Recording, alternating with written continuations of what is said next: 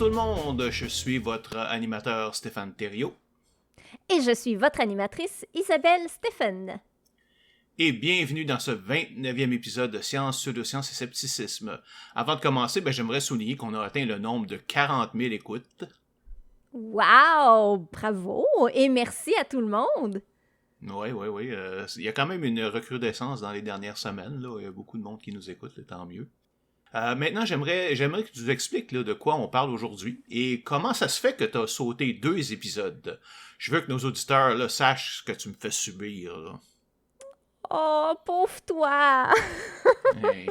Bon, c'est pas compliqué. Je voulais en fait parler de biais cognitifs aujourd'hui. En fait, ça fait même des mois que je prévois faire un épisode sur les biais cognitifs, mais avec ma chronique paranormale à la radio, j'avançais à pas de tortue dans ma recherche et à l'écriture. Mais c'est pas un sujet que je laisse tomber, c'est juste remis à un peu plus tard. Alors, pour aujourd'hui, on va parler d'un sujet dont j'ai déjà parlé dans une de mes chroniques paranormales. Hey, comment ça? Tu vas nous servir du réchauffé, là? Enfin, juste en partie. Parce que vois-tu, ma chronique dure à peu près 15 minutes. Et bien souvent, j'ai assez de matériel pour en parler pendant une bonne trentaine de minutes quand c'est pas 45 minutes, là. Donc, je dois passer par-dessus beaucoup d'informations pour pas dépasser mon 15 minutes. Donc, disons que ça va être plus complet que ma chronique. Beaucoup plus complet. OK, là, mais ça explique pas pourquoi c'était pas notre dernier épisode, ça, là. Parce que celui sur les anciens astronautes devait venir après celui qu'on est en train de faire maintenant, là. Oui, mais ça, c'est ta faute. Bon, évidemment que... Comment ça, ma faute? Oui, c'est parce que le format de présentation de ma chronique est pas vraiment adapté à un épisode de notre podcast qui est quand même plus sérieux.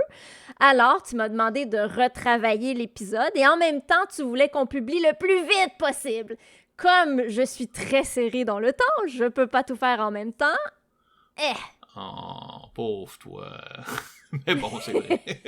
Et bien, en fait, comme j'avais déjà pas mal avancé sur mon épisode sur les anciens astronautes, on a tout simplement décidé de le compléter avant de revenir sur cet épisode-ci. Mais t'as toujours pas dit de quoi on va parler.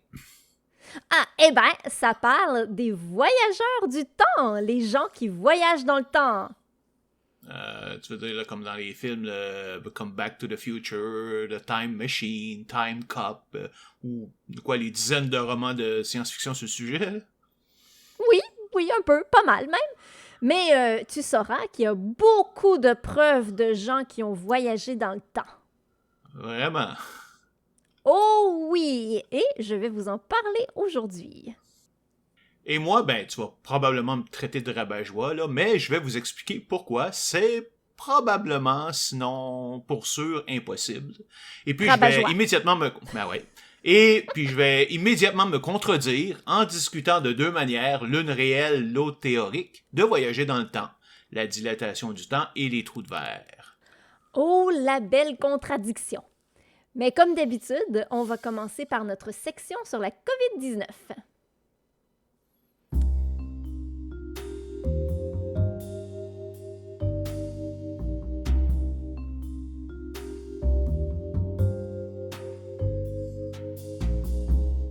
Je sais que tu trouves qu'il n'y a pas grand-chose à dire sur la COVID-19. Là. Les hospitalisations continuent de diminuer, on déconfine très rapidement.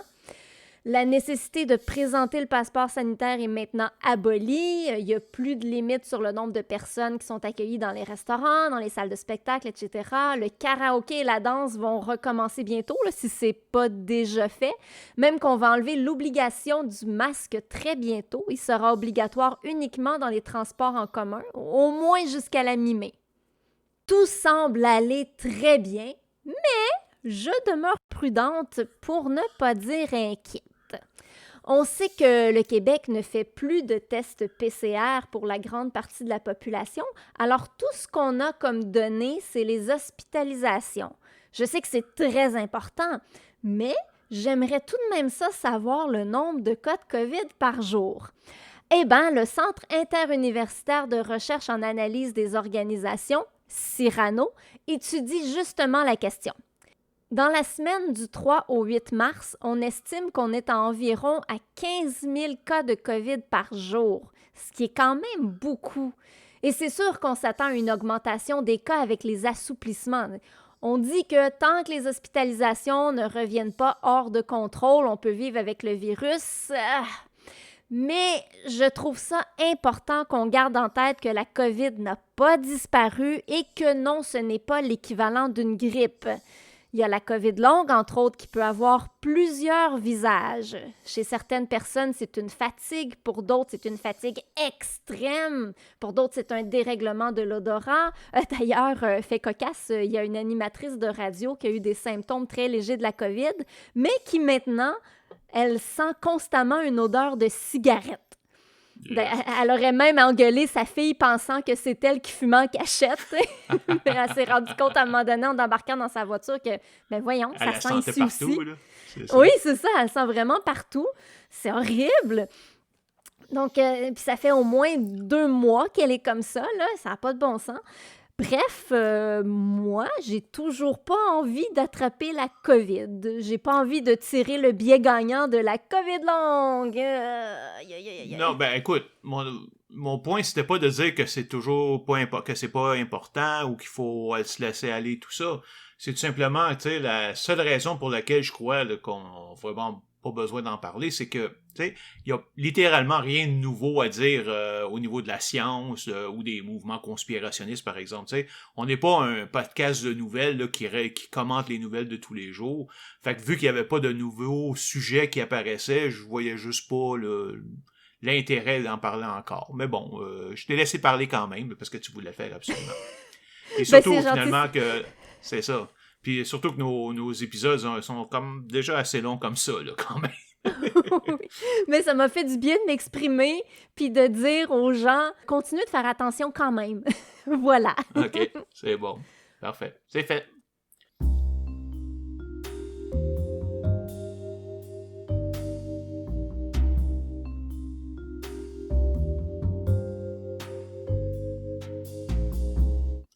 Alors, enchaînons maintenant sur notre sujet principal, donc immédiatement, là, ça va aller vite, comme ça on va pouvoir en parler beaucoup, les voyageurs du temps. Alors Isabelle, d'après toi, les voyages dans le temps, là, c'est-tu possible ou pas? Je t'avoue que j'ai tendance à dire que non, c'est pas possible, malgré toutes les preuves dont on va discuter tantôt. Mais toi, qu'est-ce que t'en penses? Ben, en fait, c'est un peu un grand hasard, là. J'ai suivi un cours de physique à distance l'an passé sur le temps. Alors, que tu décides d'en parler de voyage dans le temps à ce moment-ci, ben, c'est quand même une assez grande coïncidence. Waouh! C'est presque une synchronicité, on pourrait dire! Ouh! Ben oui, c'est ça, là. Tout. Mais en tout cas, ce qui en ressort, c'est que le voyage dans le temps, tel que nous le montre la fiction, là, comme je parlais tout à l'heure, Doctor Who, The Time Machine ou Back to the Future, ben, c'est simplement pas possible selon notre compréhension actuelle de la physique. Oh! Bouh! Ça te surprend vraiment? Bon, de façon intuitive, non. C'est difficile à imaginer un monde cohérent qui pourrait exister si n'importe qui pouvait aller dans le passé pour modifier l'histoire, là. Sauf que c'est pas assez. Il faut que tu nous expliques pourquoi la physique moderne dit que c'est pas possible.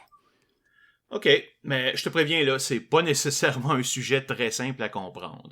Moi-même, là, tu sais, ça me semblait intuitivement très improbable que le voyage dans le temps soit permis, ben, comme parce que je me disais comme toi que le fait même qu'on ait une histoire établie, un passé puis un futur, est une preuve qu'on peut pas vraiment aller le modifier comme on veut.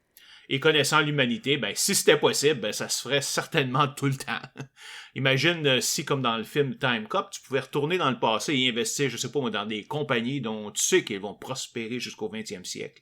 Tu sautes dans le passé, achètes des parts d'IBM ou d'Apple à quelques cents, puis hop, tu reviens à ton époque et tu es instantanément milliardaire. Ou encore, comme dans Back to the Future 2, tu reviens du futur avec un almanach contenant tous les résultats sportifs des 50 dernières années et tu fais fortune chez les parieurs. Sauf que là, il y en a qui essaieraient de t'en empêcher ou carrément qui prendraient ta place, puis d'autres viendraient pour changer ça puis l'arrêter, lui, et ainsi de suite. Là, ça serait le bordel total. Exactement, puis c'est donc l'idée d'une histoire fixe et cohérente, ben ça disparaîtrait là, pratiquement instantanément. Mais en fait, c'est juste l'année dernière, avec le cours que j'ai suivi, que j'ai compris pourquoi la physique ne permettait pas. Bien que c'était un cours donné par un physicien, c'était quand même un cours d'introduction, donc il n'y avait pas de maths, ou au moins pas de maths très complexes. C'était donc un survol, et ce que je vais vous faire ici, c'est un survol d'un survol. Mais je pense quand même que je peux rendre ça quand même compréhensible au monde normal. Espérons-le, on veut pas mélanger tout le monde. Bon, on l'a fait quand même une couple de fois à date là, dans ce podcast-là, fait que je pense que ça va bien en général. Alors, je commence. Donc, on va commencer par la mécanique quantique. Donc, dans la mécanique quantique, la réalité, c'est représenté par un ensemble d'états possibles, et pour chacun de ces états, la probabilité qu'ils se produisent. Par exemple, si je suis au moment X, plusieurs situations sont possibles au moment X plus une seconde. Je peux continuer de faire ce que je faisais, je peux arrêter pour que ma chatte puisse venir se coucher sur moi, ou il y a un météorite qui va s'écraser sur ma tête. Non? À peu près tout est possible, c'est juste une question de probabilité, et les différents états n'ont pas la même probabilité de se produire, évidemment. Tu sais, par exemple, il y a bien plus de chances que dans une seconde, je sois en train de continuer à écrire mon texte, ou de lire mon texte, plutôt dans ce cas-ci, qu'une météorite me tombe sur la tête, on s'entend là. Et il y a des choses qui sont tellement improbables qu'elles ne se passeront jamais dans l'histoire de l'univers, comme une voiture qui passe à travers un mur solide tout en restant intacte. Mais c'est théoriquement possible. Mais le fait est qu'au niveau purement quantique, tous ces états sont possibles, même ceux où le prochain état est en fait l'état du passé. Donc au niveau de la mécanique quantique, rien n'empêche de remonter dans le temps. Et c'est pour ça qu'il y en a qui ont pu penser que le voyage dans le temps était possible. La mécanique quantique a le dos très large, hein? Beaucoup de gens croient que tout est possible grâce à elle. Oui, puis c'est pourquoi les charlatans l'utilisent toujours quand ils veulent vous vendre un remède magique. Les effets sont quantiques. Sauf que dans la vie de tous les jours, le retour à un état passé, ça se produit pas. Si on pouvait aller dans n'importe quelle direction dans le temps, le passé n'existerait pas, ou plutôt il serait tout aussi imprévisible que l'avenir, puisqu'on pourrait le changer à volonté. Mais c'est pas ce qui arrive, parce que dans notre vie de tous les jours, le passé est fixe, puis attention, là, je parle pas d'ici de l'interprétation qu'on en fait, mais bien de ce qui s'est vraiment passé, et le futur est incertain, toujours changeant, dépendant de nos actions. Pourquoi c'est comme ça? C'est à cause de ce qu'on appelle la flèche du temps. C'est quoi ça? Évidemment, on s'entend que c'est pas une flèche physique, là. En fait, la flèche du temps, c'est simplement un concept qui dit qu'il y a un commencement, puis une existence, et finalement une fin à tout. Et que le déroulement de l'existence se passe toujours dans un seul sens, du passé vers le futur. C'est complètement intuitif, là, et quand on dit qu'on ne peut pas voyager dans le temps, c'est faux. En fait, on voyage de façon continue dans le temps, vers le futur, une seconde à la fois. Passé, présent, futur. OK, c'est clair. Mais la question est maintenant de savoir pourquoi, puisque la mécanique quantique ne le force pas, la flèche du temps va toujours dans le même sens, du passé vers le futur. Et la raison pour cela, c'est l'entropie. L'entropie? C'est quoi ça, l'entropie? Comment je peux te dire ça en termes vulgaires? Hey, pas de gros mots dans le podcast? OK, en termes de vulgarisation, là, d'abord. Là. On pourrait appeler ça, en fait, la mesure du chaos dans un système. Mais pas, on s'entend, c'est pas le chaos au sens philosophique, là, on s'entend, mais plutôt le degré d'organisation des particules de l'univers. Lorsque les particules sont organisées, que ce soit en planètes, en êtres vivants, en objets, etc., l'organisation est grande et on parle de faible chaos, donc d'une entropie faible. À l'inverse, si j'ai un champ d'énergie sans structure ou un gaz où toutes les particules sont mélangées de façon homogène, sans organisation, alors on dit que j'ai un grand chaos, une grande entropie. Est-ce que ça va jusqu'ici? Oui, c'est pas trop pire, c'est juste le mot qui est bizarre, là, entropie. Quand j'entends ça, je pense à un loup-garou, tu sais, lycanthropie, entropie. Mais bon, continue, c'est bon. Bon, je mélange un petit peu les choses quand même. Mais OK. Alors, selon la deuxième loi de la thermodynamique, l'entropie dans un système clos ne peut aller qu'en augmentant. Ce que ça veut dire en clair est que l'univers tel qu'il est ne peut aller que dans la direction où l'entropie, excusez-moi, je vais faire l'erreur souvent parce que l'entropie, le mot est pas tellement facile à dire. Des fois, on a tendance à le dire comme entreprise alors qu'on rajoute des E, des R. Donc, excusez-moi si je fais l'erreur, mais bon, je reviens. Donc, ce que je disais, c'est que l'univers, donc, tel qu'il est, ne peut aller que dans la direction où l'entropie devient de plus en plus grande. Je veux pas aller trop loin, là, mais quand même, mais la flèche du temps vient essentiellement du fait qu'au tout début de l'univers, l'entropie était très faible, et donc, comme elle ne peut qu'augmenter avec le temps, ben, l'univers est obligé d'aller vers le futur. Si l'entropie était basse dans le futur, alors l'univers devrait plutôt aller du futur vers le passé, donc permettre un voyage dans le temps. Mais évidemment, par contre, il ne permettrait pas le voyage vers le futur. OK, mais il va falloir donner des exemples de ce que tu entends par une augmentation de l'entropie. Ça veut dire quoi en termes clairs? OK, je vais donner quelques exemples. Premier, mettons que j'ai une boîte hermétiquement scellée. Cette boîte est séparée en deux compartiments égaux par une barrière. Dans le premier, je mets des atomes d'oxygène. Dans le deuxième, une quantité égale d'atomes d'azote. Comme les atomes sont bien organisés, chaque type d'atome dans sa section, l'entropie de la boîte dans son ensemble est relativement basse. Maintenant, si j'enlève la barrière, qu'est-ce que tu penses qui va arriver?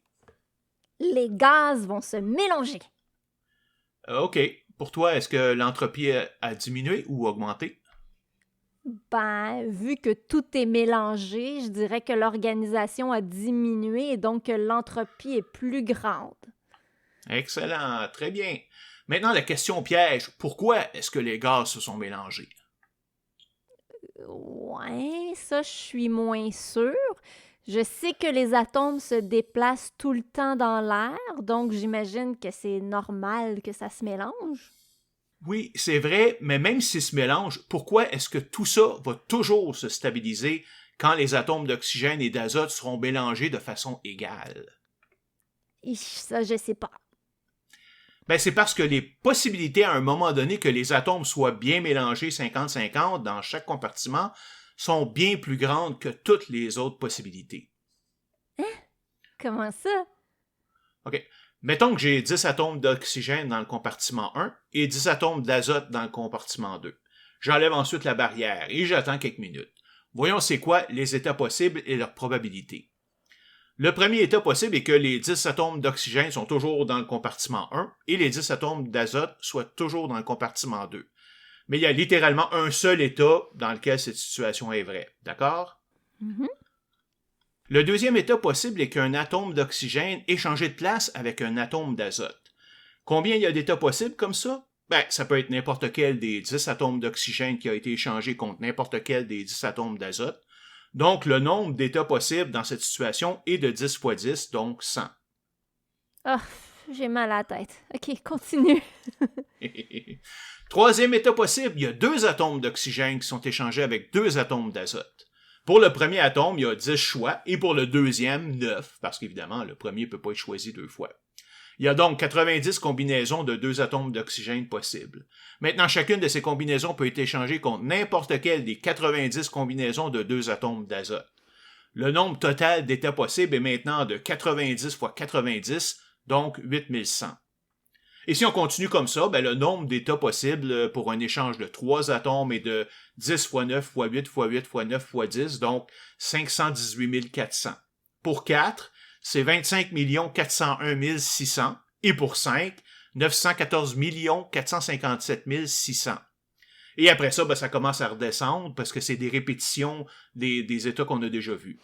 Et tu remarqueras que l'échange de 5 atomes correspond à une répartition de 50-50% d'atomes d'oxygène et d'azote dans chacun des compartiments. Donc, comme tu peux le voir, le nombre de cas où les gaz sont mélangés 50-50 est de 35 à 36 fois plus grande que toutes les autres possibilités mises ensemble. Ça ne veut pas dire que le gaz sera toujours homogène, il peut ne pas l'être dans de brefs moments, mais comme les particules se déplacent tout le temps, il aura tendance à l'être, et le sera en fait de façon pratico-pratique pour nous. Et donc, l'entropie de la boîte a augmenté à cause de la diminution de l'organisation. Et imagine, là, on parle de seulement 10 atomes dans chaque compartiment. Là. Imagine si on met ça juste à l'échelle humaine avec des milliards d'atomes. OK, je pense que je comprends. Mais si on mettait ça dans la vie de tous les jours, là? OK. Pratico-pratique, vraiment. Imagine que j'ai un œuf non cuit dans les mains. Il est là, tout entier, tout beau. Là. Il y a la coquille dans laquelle il y a le blanc d'œuf, puis au centre, bien, le jaune. Tout bien organisé, il n'y a pas de mélange, donc l'entropie est basse. J'échappe l'œuf, il s'écrase au sol et fait un dégât. Tout est mélangé au sol, il n'y a plus aucune organisation, ou en tout cas très peu, et donc l'entropie a augmenté. D'après toi, avec l'œuf tout écrasé et mélangé au sol, est-ce qu'il est possible de revenir à un état où l'œuf est entier? Ben non. Exactement, donc il est possible de passer d'un état à basse entropie à un état à haute entropie, mais pas le contraire. Même chose si tu lances plusieurs épices séparées dans un bol, elles vont finir par se mélanger avec le temps. Mais si tu lances un paquet d'épices mélangées dans un bol, elles ne se sépareront jamais par type d'épices par elles-mêmes. Un autre exemple qu'on peut donner, c'est que, mettons que je bâtisse la moitié d'une maison, puis que j'arrête pour quelques années. Qu'est-ce qui va arriver à la maison? Ben, elle va dépérir avec le temps. Exactement, elle va changer, mais évidemment, ce sera toujours dans le mauvais sens, celui où elle se détériore. Les murs tombent, les vitres se brisent, etc. Elle devient moins organisée et donc l'entropie augmente. Tu verras jamais la maison s'améliorer par elle-même, là, et c'est simplement parce qu'il y a tellement plus d'états possibles où elle se détériore par rapport à ceux où elle s'améliore, que tout changement qui survient aura très fortement tendance à la détériorer. Bien sûr, il y a peut-être certains petits changements qui, par pure chance, peuvent être bons, mais en général, ils dureront pas très longtemps. Donc, en résumé, on sait que l'entropie a commencé à un très bas niveau juste après le Big Bang et ne peut qu'augmenter. Cette situation fait en sorte que si quelque chose s'est fait, on ne peut pas revenir à un état où elle ne s'est pas fait, car on reviendrait à un état avec moins d'entropie, ce qui n'est pas permis par la deuxième loi de la thermodynamique. Mais il y a quand même des choses que je saisis pas dans ton explication, là. Si tout va vers l'organisation, comment ça se fait que la civilisation humaine s'est développée? Les villes et sociétés humaines me semblent bien plus organisées que ce qui existait dans le temps des dinosaures. C'est vrai, mais c'est pourquoi la deuxième loi de la thermodynamique spécifie aussi que l'entropie monte toujours dans un système clos, c'est-à-dire lorsqu'il reçoit aucune énergie externe. Mais la Terre, c'est pas un système clos, là. Elle est constamment bombardée depuis le début de son existence, entre autres par l'énergie du Soleil et les rayons cosmiques. En fait, la deuxième loi permet que l'entropie diminue localement de façon illimitée, comme sur Terre, en autant que l'entropie globale augmente, comme celle du système solaire.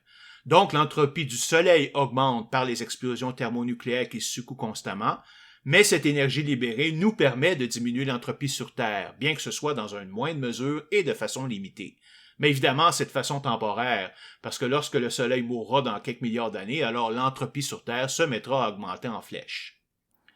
C'est la même chose avec l'œuf. On ne peut pas complètement revenir en arrière à un état intact, bien sûr, mais on peut quand même l'améliorer. Tu pourrais par exemple recoller la coquille, séparer du mieux que tu peux le blanc du jaune, et donc diminuer un petit peu l'entropie de l'œuf.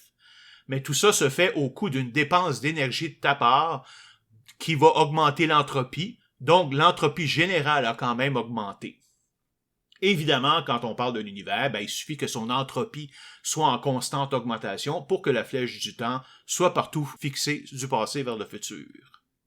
Ouais, c'est quand même pas évident à comprendre. Ouais, c'est vrai, on joue avec des concepts et il faut vraiment essayer de les visualiser, tout ça, c'est pas évident. Mais ce qu'il y a de plus important à se souvenir pour cet épisode est qu'une des lois de l'univers dit que l'entropie ne peut qu'augmenter et que la possibilité de voyager dans le temps est impossible parce qu'elle implique une diminution de l'entropie. OK. Bon, je pense que je comprends assez bien. Puis bon, je réécouterai l'épisode si j'ai des questions. Bonne idée. On va faire des écoutes de plus.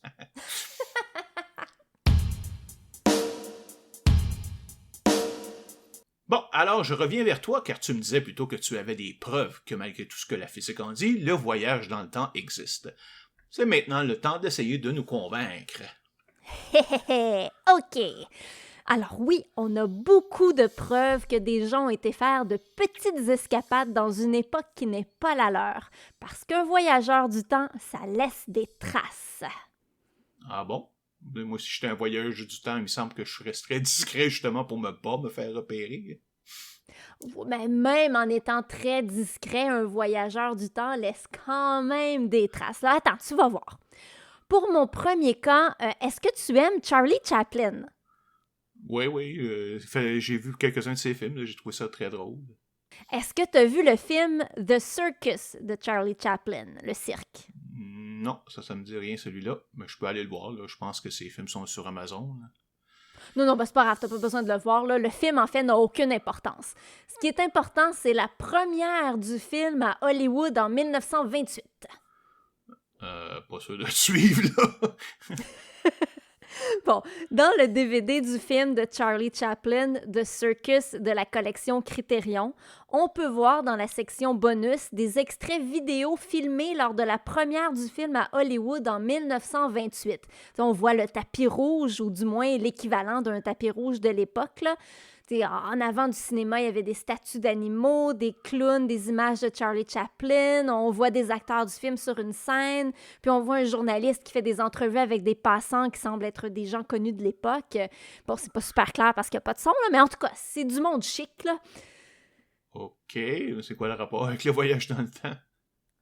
En fait, ce qui nous intéresse, ça se passe dans une séquence au début de l'extrait, dans les 30 premières secondes.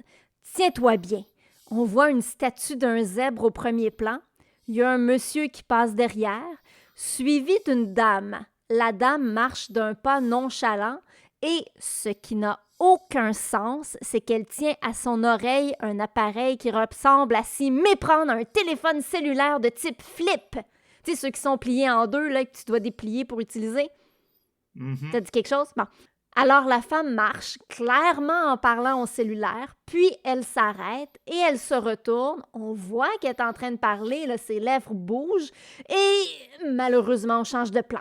On ne revoit plus la dame qui n'était qu'une passante, mais wow! Avoue que c'est impressionnant. En 1928, le cellulaire, c'était même pas dans l'imaginaire collectif, là, c'était de la science-fiction. J'ai vu l'extrait et c'est vraiment troublant. On peut le trouver facilement sur YouTube. Mm-hmm.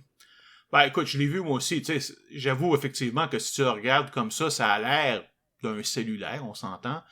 Sauf que, juste une petite quelque chose par exemple, là, le type de cellulaire flip, là, c'est déjà dépassé aujourd'hui, et on n'utilise même plus, là. Ça voudrait dire quoi que donc le personnage viendrait des années 2000-2010, donc les voyages dans le temps auraient déjà été inventés? Absolument, les voyageurs du temps ne viennent pas nécessairement de notre futur actuel. Ah, ok, bon. Ok. Mm-hmm. Attends, là, mon deuxième exemple va te jeter à terre. Ouais, ok, j'ai hâte de voir ça. Bon, c'est un voyageur du temps du Canada. Oh, ok. Ça revient pas, là. C'est comme, ok, vas-y. Je suis impatient de savoir ce que tu veux dire. OK, bon. En 1941, en Colombie-Britannique, il y a eu la réouverture d'un pont, le South Fork Bridge de la ville de Goldbridge. Ce qui s'est passé, c'est qu'en 1940, il y a eu une inondation et le pont a été endommagé. Il y a donc eu des rénovations majeures. C'est qu'en 1941 que s'est fait la grande réouverture. C'était un gros événement et beaucoup de gens étaient présents. Un photographe a pris une photo de la foule. Et laisse-moi deviner, il y avait un voyageur du temps dedans. Oui! Mais personne s'en est rendu compte tout de suite. La photo est exposée dans un musée de Colombie-Britannique plusieurs décennies après et c'est là que des gens ont remarqué quelque chose de pas normal. Dans la photo, on voit des femmes et des hommes de l'époque, bien évidemment. On voit que le chapeau était d'ailleurs très à la mode à ce moment-là. Les hommes sont en complet, la plupart portent une cravate. Mais il y a un gars qui sort de la masse. Il saute aux yeux, là.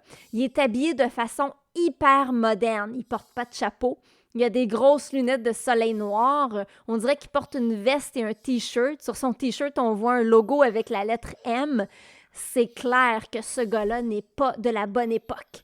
Puis la photo n'a pas été modifiée d'aucune façon. Ça s'est prouvé. Ce gars-là était vraiment là en 1941. OK, c'est vrai qu'il sort du lot, là, mais pourquoi il n'y a personne qui réagit à sa présence? Si ses vêtements sont si anachroniques que ça, là. Puis même là, si je vois des gens dehors habillés dans une mode futuriste, est-ce que c'est parce qu'ils viennent du futur ou parce qu'ils aiment simplement s'habiller de façon originale? Ben regarde, selon moi, c'est probablement parce que le voyageur du temps s'est installé dans cette petite ville depuis déjà un bout de temps, puis que tous les habitants de la ville le connaissent, alors ils sont habitués, ils portent plus attention à son look futuriste, là. Puis bon, c'est vrai qu'il n'est pas habillé comme dans un épisode de Star Trek non plus, mais peut-être qu'il vient des années 90. Ça veut pas dire qu'il vient des années 3600 parce que c'est un voyageur du temps, là. On dirait que je suis pas certaine de t'avoir convaincu. Bon, je vais avec mon troisième exemple, là. Peut-être que. Alors, je vais t'emmener encore plus loin dans le passé. En 1860, le peintre autrichien Ferdinand Georg Waldmüller, ce que je prononce probablement très mal, a peint une toile appelée The Expected One. On pourrait traduire par celle qu'on attend. On y voit une femme qui marche sur un sentier et entre ses mains, elle tient un téléphone cellulaire et elle est clairement en train de texter. Elle a la tête penchée, elle regarde son cellulaire qu'elle tient devant elle à deux mains et on devine que c'est avec ses pouces qu'elle est en train de texter. C'est assez spécial et je répète que ça a été peint en 1860. Ouais. Celle-là, écoute, là, pour être honnête, là, ils vont la chercher loin. Là. Tu sais, tout ce qu'on voit, là, c'est que la femme tient dans ses mains ce que plusieurs devinent être un cellulaire. Mais on voit pas d'écran, de boutons. En fait, tout ce qu'on voit, c'est juste un petit rectangle noir aplati que la dame regarde en marchant. Ça pourrait tout aussi bien, je sais pas moi, être un morceau de bois, une petite peinture dans un cadre ou un petit coffre à bijoux. Là. Non, les autres, là, il y avait peut-être matière à réflexion, là, mais celle-là, c'est vraiment n'importe quoi, là, quand même. Bon. Toujours Monsieur Sceptique. Mais là, j'ai mieux comme Oui. preuve. Attache ta tuque. En faisant des recherches sur le sujet, je suis tombée sur une découverte particulière qui a été faite dans une tombe chinoise de la dynastie Ming. En 2008, des archéologues ont trouvé une crypte qui date d'il y a plus de 400 ans. Elle n'avait encore jamais été ouverte. Oui, puis en passant, juste pour nos auditeurs, la dynastie Ming va de 1368 à 1644. Ouais, bon, plus de 400 ans, là, ça peut dire 700 ans. En tout cas, ça fait longtemps. Je te raconte ce qui s'est passé. Les archéologues ouvrent la crypte, trouvent un sarcophage. Ils doivent le nettoyer avant de l'ouvrir. Là, ils font enlever la terre, les pierres qui sont agglutinées autour. Eh bien, pendant le nettoyage, il y a un bout de pierre qui tombe sur le sol en faisant un son métallique. Un des archéologues prend l'objet. Il voit tout de suite que c'est une bague, il nettoie la bague et il est stupéfait de voir que la bague est la réplique exacte d'une montre moderne. On voit le cadran, des aiguilles qui indiquent 10h06 et en plus, derrière la montre, on peut lire le mot « Swiss ». C'est impossible que quelqu'un entre 1368 et 1644, pendant la dynastie Ming, ait reproduit exactement sous la forme d'une bague une montre moderne. Effectivement, c'est impossible. On peut facilement trouver des photos de cette bague sur le web. Je t'ai d'ailleurs envoyé un lien. Ouais. J'ai bien aimé que le site que tu utilises s'appelle ancientcode.com, là, tu sais, codeancien.com, là. C'est une petite visite rapide montre qu'il s'agit finalement d'un site plein de pseudo-archéologie, là, comme on l'a vu le dernier épisode, de conspirationnisme et surtout de recherche sur les ovnis. Je suis sûr qu'on peut absolument se fier à leurs photos, là. Il n'y a pas un site un peu plus sérieux là, qui montre là, cette fameuse bague? J'ai pas trouvé de site plus sérieux, non. Mais bon, si les preuves qui viennent du passé ne t'impressionnent pas, j'ai quelque chose de super moderne. Est-ce que ça va être aussi convaincante que celle du passé? Encore plus. Bon, c'est du passé quand même, mais d'un passé très, très proche. Il y a un homme qui est venu du futur et qui a laissé des messages sur des forums de discussion sur Internet entre les années 1998 et 2000. C'est John Titor. Est-ce que ça te dit quelque chose? Pas en tout. Bon, son histoire est fascinante. Il affirme qu'il est un militaire de l'armée des États-Unis de 2036 et qu'il est en mission. Il doit retourner en 1975 pour retrouver un ordinateur IBM 5100 dans le but de prévenir une catastrophe de son époque due au système d'exploitation Unix, un problème semblable au bug de l'an 2000, mais en l'an 2038. Puis ça, c'est un problème réel connu. C'est parce que les systèmes d'exploitation qui sont en 32 bits vont cesser de fonctionner en 2038. Aujourd'hui, on est passé aux 64 bits pas mal partout. Là. La menace n'est pas aussi grande qu'elle était en 1998. Mais bon, est-ce que tu es au courant de ce problème? Ça fait 30 ans que je travaille en haute technologie, fait que oui, je connais très bien ce problème-là. Mais continue, là, je trouve ça très drôle. Bon, après avoir effectué sa mission, Titor décide de rester en 1998 pour des raisons personnelles, plutôt que de retourner tout de suite en 2036. Quoi? Ben, on le sait pas, c'est personnel. OK. Bon. Bon, il reste jusqu'en l'an 2000 pour finalement retourner en 2036. Pendant ces 2 ans, de 1998 à l'an 2000, il en profite pour faire quelques publications sur des forums de discussion de l'époque. Sa première publication parle du bug de l'an 2000 où il affirme que ça va être un désastre lorsque les horloges vont s'arrêter à minuit le 31 décembre 1999.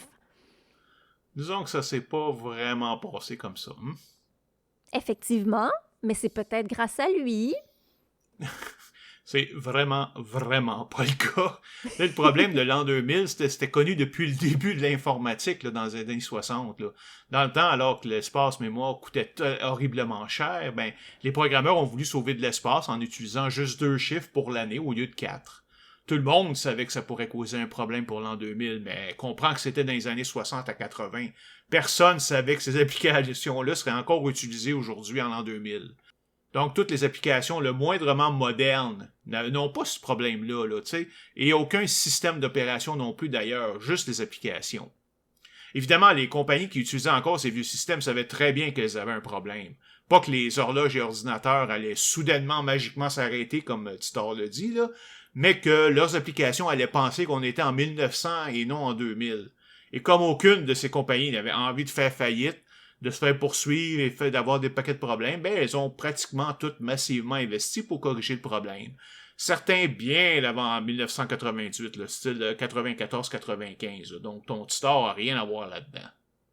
Bon, ok, peut-être. Mais il a aussi fait plusieurs prédictions. Tu sais comme j'aime les prédictions. Ouais, évidemment, t'as même fait un épisode complet là-dessus. Là. Il va falloir y revenir d'ailleurs. Et alors, je te fais une liste de certaines de ses prédictions. Il parle d'une guerre avec l'Irak à cause d'armes nucléaires. Il dit que la Corée, Taïwan et le Japon vont être annexés par la Chine. Il dit que des scientifiques allaient créer un petit trou noir. Il prédit aussi une guerre civile aux États-Unis en 2004, la Troisième Guerre mondiale en 2014 et que la Constitution des États-Unis allait être réécrite en 2020. C'est impressionnant. Là. Je lui donne à peu près un gros 0.5 sur 6. Dans le sens où, oui, il y a eu une guerre avec l'Irak là, à cause de fausses armes de destruction massive, mais il n'y avait rien de nucléaire là-dedans. Et même là, c'était pas dur à prédire, là, parce qu'avec l'histoire précédente entre l'Irak et les États-Unis des années 90. Et évidemment, ben, il n'y a aucun mot sur les attentats du 11 septembre, la pandémie du COVID-19, la guerre Russie-Ukraine. Ouais, donc même dans le meilleur des cas, les choses ne se sont pas exactement passées comme il l'a prédit. Par exemple, il est encore simplement impossible de créer un mini trou noir. L'énergie nécessaire est encore plus grande que celle que le grand collisionneur de Hadron au CERN peut générer. Par contre, il y a un laboratoire israélien où des chercheurs ont réussi à créer un faux trou noir avec juste 1000 atomes. Mais bon, c'était pas un vrai. OK, mais mettons 1 sur 6 en tout. Là. Ouais, 2.5, ouais, c'est raisonnable. Mais attention, là, attention. Titor, il y a une explication sur le pourquoi notre futur allait possiblement être différent de son futur à lui et que ses prédictions n'allaient probablement pas toutes se réaliser. C'est qu'à chaque fois que quelqu'un fait un voyage dans le temps, ça fait en sorte que la ligne du temps, comme tu parlais tantôt, se transforme. Donc, son futur et notre futur va être différent. Bon, ça a l'air un petit peu tiré par les cheveux. Ben, en fait, pas vraiment. Si on pouvait vraiment modifier le passé, ben, ça serait normal, évidemment, que le futur soit changé en accord avec ce qu'on a changé. Mais en même temps, c'est une excuse parfaite pour justifier qu'on s'est trompé sur toute la ligne, là, tu sais. Et encore une fois, là, comment pourrait-on exister, toi, moi, n'importe qui d'autre, si le passé pouvait être changé à tout moment? Ouais, on dirait que, je sais pas là, mais lorsqu'il parle de comment le voyage dans le temps fonctionne, c'était pas n'importe quoi, là. Scientifiquement, ça avait du sens, ça ressemblait un peu à Back to the Future, parce que, bon, la machine était dans sa voiture. J'espère que c'était pas une DeLorean, quand même. Non, pas une DeLorean. Ben, en fait, je sais pas. Mais non, c'est pas ça, c'est pas une DeLorean. Mais quand même, il disait pas n'importe quoi, là. Il y avait une certaine logique. Il y a aussi sa mission, là, de retrouver un ordinateur IBM 5100 qui fait en sorte que Taito est pris au sérieux par beaucoup de gens. Cet ordinateur-là, c'est un peu le premier ordinateur portable. Il avait la taille d'une mallette. Et ce qui est vraiment spécial, c'est que dans cet ordinateur, il y avait un programme de cachet, un programme qui permettait de décoder et de régler un problème sur le système d'exploitation Unix. Et ça, c'est quelque chose que monsieur et madame tout le monde ne savaient pas. Il n'y a qu'une poignée de personnes qui étaient au courant et c'est les gens qui ont travaillé sur le programme dans les années 70. Donc, il y a des choses vraiment crédibles dans cette histoire-là, tu trouves pas? Absolument pas. Ce qu'ils disent, là, ça fait aucun sens. Tous les informaticiens le moindrement familiers avec Unix et Linux connaissent ce problème-là. Tu sais, c'est pas caché. Et bon, je voulais pas perdre de temps avec ça, là, mais puisque Titor insiste, là, ben, laisse-moi le démolir. Go! Bon, pour commencer, le problème, comme on dit lui-même, vient de la manière très spécifique que les systèmes Unix gardent la date. C'est pour ça que le problème ne concerne absolument pas les PC Windows, Macintosh et Android qu'on a chez vous. La manière que ça fonctionne, c'est que Unix a une date de genèse, qui est le 1er janvier 1970, et qui a un compteur qui s'incrémente de 1 à toutes les secondes. Donc, ce compteur représente le nombre de secondes depuis le 1er janvier 1970. Quand on veut avoir la date du jour, ben, tout ce qu'on fait, c'est qu'on ajoute ce nombre de secondes à la date de genèse. Le problème est que dans les systèmes Unix des années 70 à 2000, ce compteur est d'une longueur de 32 bits. Pas besoin de savoir ce que ça veut dire exactement, là, mais ce qui est important est que la valeur maximum d'un compteur de 32 bits est de 2 exposant 32 moins 1, ou 4 294 967 295 secondes. Si tu ajoutes 1 à ça, le compteur retourne à 0 et ça arrivera effectivement en 2038. Donc, il a raison. Ben non, parce que pratiquement tous les ordinateurs modernes sont maintenant des ordinateurs de 64 bits, pas de 32. Donc, le compteur de secondes est aussi de 64 bits. Et si vous pensez que ça veut simplement dire que ça va prendre 2 fois plus de temps pour atteindre sa limite, ben vous vous trompez de façon royale. Il peut maintenant aller jusqu'à 2 exposant 64 moins 1, donc 18,5 quintillions de secondes avant de retourner à 0. Ça représente donc à peu près 613 milliards d'années. Donc, on est maintenant pas mal sûr qu'on n'aura pas de problème en 2038. Ah bon? Ouais. Mais en fait, ça ne me surprend pas parce que, j'ai trouvé des explications naturelles à chacune des preuves de la présence des voyageurs du temps. Comment ça, là, tu nous aurais menti? Ben oui, un petit peu, là. Bon, dans le cas de la dame avec le téléphone cellulaire à la première du film de Charlie Chaplin Circus, il semble que c'est un dispositif d'aide auditive super moderne de l'époque. Ça ressemble juste à s'y méprendre à un téléphone cellulaire flip, au moins superficiellement, là. Mm-hmm. Au sujet du gars qui détonne dans la photo de 1941 avec ses lunettes de soleil noir, son t-shirt avec le M dessus et sa veste, finalement, tout ce qu'il porte, c'est bel et bien des vêtements et des accessoires de l'époque. Ce style de lunettes de soleil est apparu en 1920. Quant à son t-shirt avec la lettre M, quand on y regarde de plus près, ça ressemble à un chandail avec l'emblème des Maroons de Montréal cousu dessus. Les Montreal Maroons, c'était une équipe de hockey. Et la veste qu'il porte, c'est une veste qu'on pouvait trouver à cette époque-là. C'est sûr qu'il n'est pas habillé aussi chic que les autres personnes dans la photo, mais ça veut pas dire qu'il vient du futur. OK. Et pour la peinture The Expected One, qu'est-ce que la dame avait dans ses mains? Bon, évidemment, elle ne texte pas sur son cellulaire. En faisant des recherches sur l'œuvre, on apprend que l'artiste a voulu peindre un petit livre de prière entre ses mains. Ben voilà, je suis pas surpris, là. Au sujet de la découverte de la bague en forme de montre suisse retrouvée dans un tombeau datant de la dynastie Ming, il s'agit d'un canular. La photo a été truquée avec Photoshop. Ouais, celle-là est un petit peu évidente là, quand même, surtout quand on voyait de quel site elle venait. Puis finalement, pour ce qui est de John Titor et de sa mission, en disant que ses prédictions ne se réaliseront peut-être pas, comme tu le disais tantôt d'ailleurs, ça lui enlève quand même un petit peu de crédibilité. Un peu. Et là, il y a aussi le fait que ses explications ne font aucun bon sens là, pour quelqu'un qui connaît la technologie. Là. Bon, ouais, ok, bon, disons beaucoup. En fait, ça lui enlève toute crédibilité, il en reste plus. C'est une porte de sortie facile. Là. Peu importe ce qu'il dit que ça arrive ou pas, dans les deux cas, ça confirme que son histoire est vraie. Si ça arrive, il l'a prédit. Si ça arrive pas, c'est grâce à son intervention. Alors non, ça marche pas. Mais je veux vraiment que tu m'expliques comment il disait pouvoir voyager dans le temps. Là. Je veux le savoir, là. Ça m'intrigue. OK, ben gars, je te donne les détails, mais je sais pas du tout ce que ça veut dire, sauf que ça sonne scientifique, OK? Titor a décrit sa voiture à voyager dans le temps comme une masse stationnaire avec une unité de déplacement temporel alimentée par deux singularités positives qui produisent un cylindre de Tipler, je sais pas trop là. Il parle de deux compartiments électromagnétiques pour les deux microsingularités. Un injecteur d'électrons pour changer la masse et la gravité des microsingularités, un système de refroidissement et de dispersion des rayons X des détecteurs de gravité, 4 horloges au césium et 3 ordinateurs centraux. Ah boy, quel paquet de technobabble.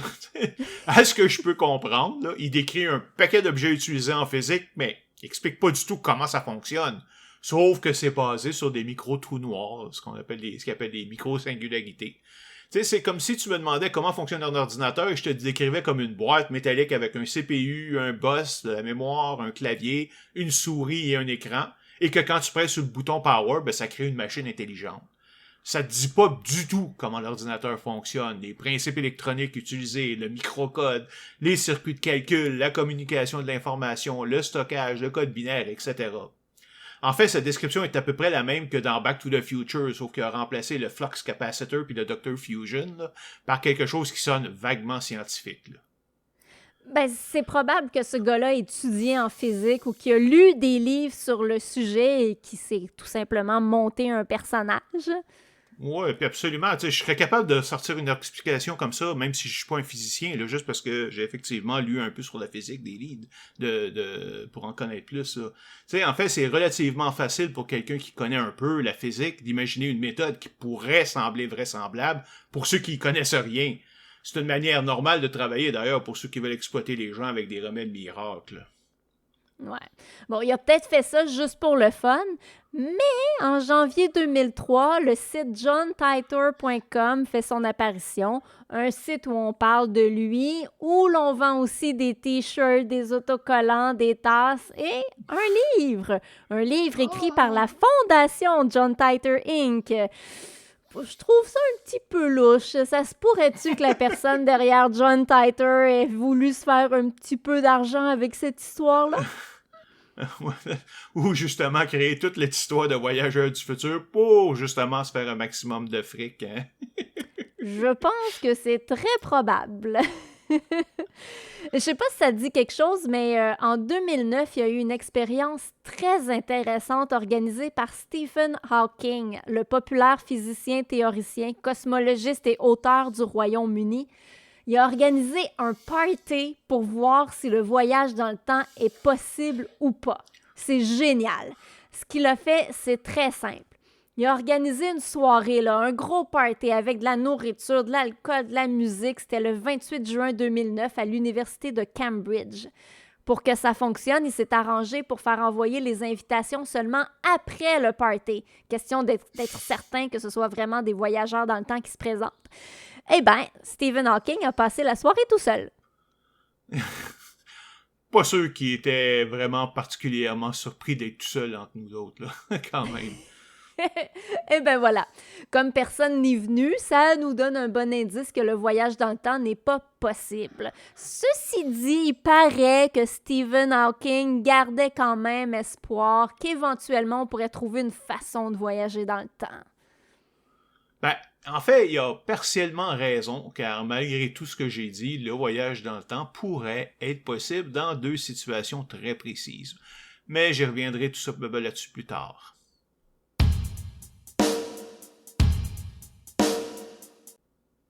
Maintenant, je vais t'emmener ailleurs. Je vais te parler d'un phénomène que beaucoup de gens croient relié au voyage dans le temps, l'effet Mandela. L'effet Mandela, là, comme dans Nelson Mandela? Ben oui, l'effet Mandela, c'est quand beaucoup de monde partage le même faux souvenir. OK. Encore une fois, c'est quoi le lien avec les voyages dans le temps? Attends, regarde, je vais commencer par te raconter comment ce phénomène a pris naissance, parce que c'est quand même très récent. Là. C'est en 2010 que Fiona Broome, une consultante professionnelle du paranormal... Eh boy, ça promet. Tut.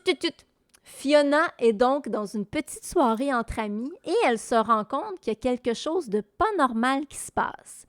Elle parle de Nelson Mandela avec ses amis. Dans la conversation, elle dit qu'il est décédé en prison dans les années 80.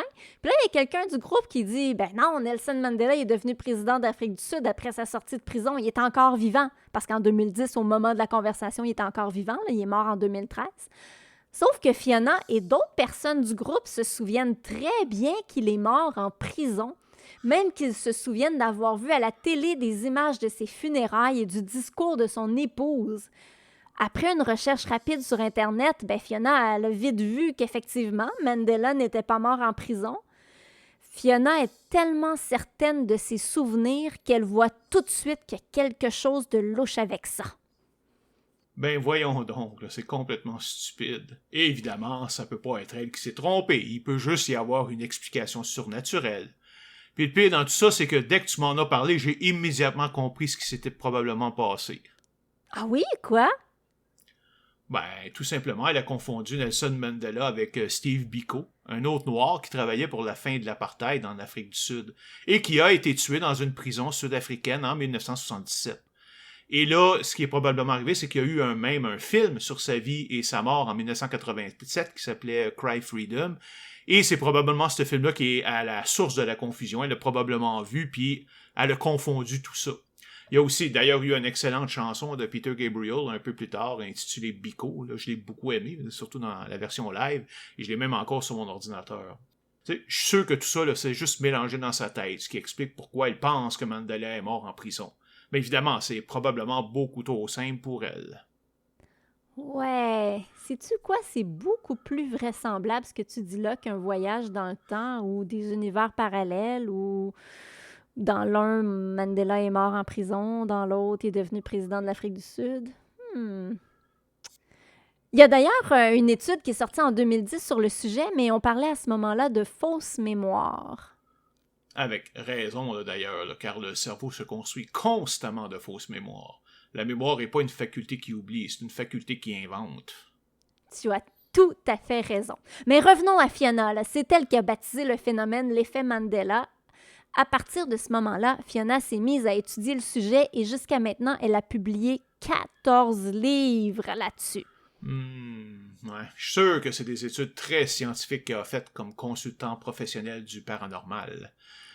La seule vraie causalité qu'elle a probablement trouvée que publier plus de livres veut dire plus d'argent dans ses poches. Le phénomène des fausses mémoires est tout à fait vrai, là, mais pas du tout comme on l'entend cette personne, là, donc je veux même pas nommer le nom. Là, avant d'aller plus loin, on va jouer à un petit jeu. Ça va peut-être... tu vas peut-être changer d'idée. Bon, je vais te poser des questions et tu me dis quel est ton souvenir. Puis là, pas le droit de tricher, pas le droit d'aller voir sur Google, OK? OK. C'est bon? OK. Alors, dans les films Star Wars, là, tu les as vus? Ben, évidemment. Bon, C3PO, il est quelle couleur? Or. Toi, tu te souviens de C3PO qui est en or au complet?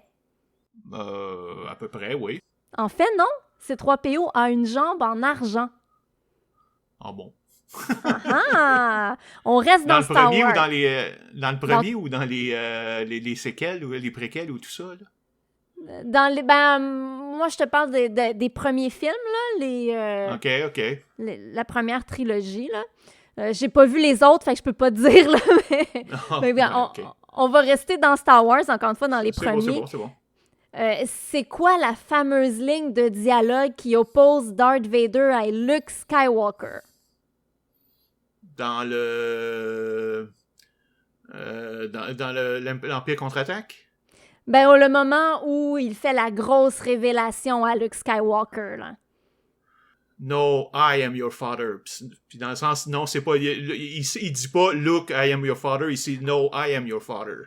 Ah, bon, ben tu l'as eu parce que tu vois, la majorité des gens se souviennent de Luke, je suis ton père. Ouais. C'est ça, exactement. Parce que je me rappelle je me rappelle de l'échange au complet. Je l'avais appris, je sais pas pourquoi. Mais c'est ça, quand il disait Luke, I am your father. Non, c'est pas ça qu'il dit. Ben voilà, mais beaucoup de Obi-Wan gens... told me you killed him. No, I am your father. Mais beaucoup de gens se souviennent et sont convaincus que c'est Luke, I am your father. Luke, je suis ton père, alors que c'est pas ça.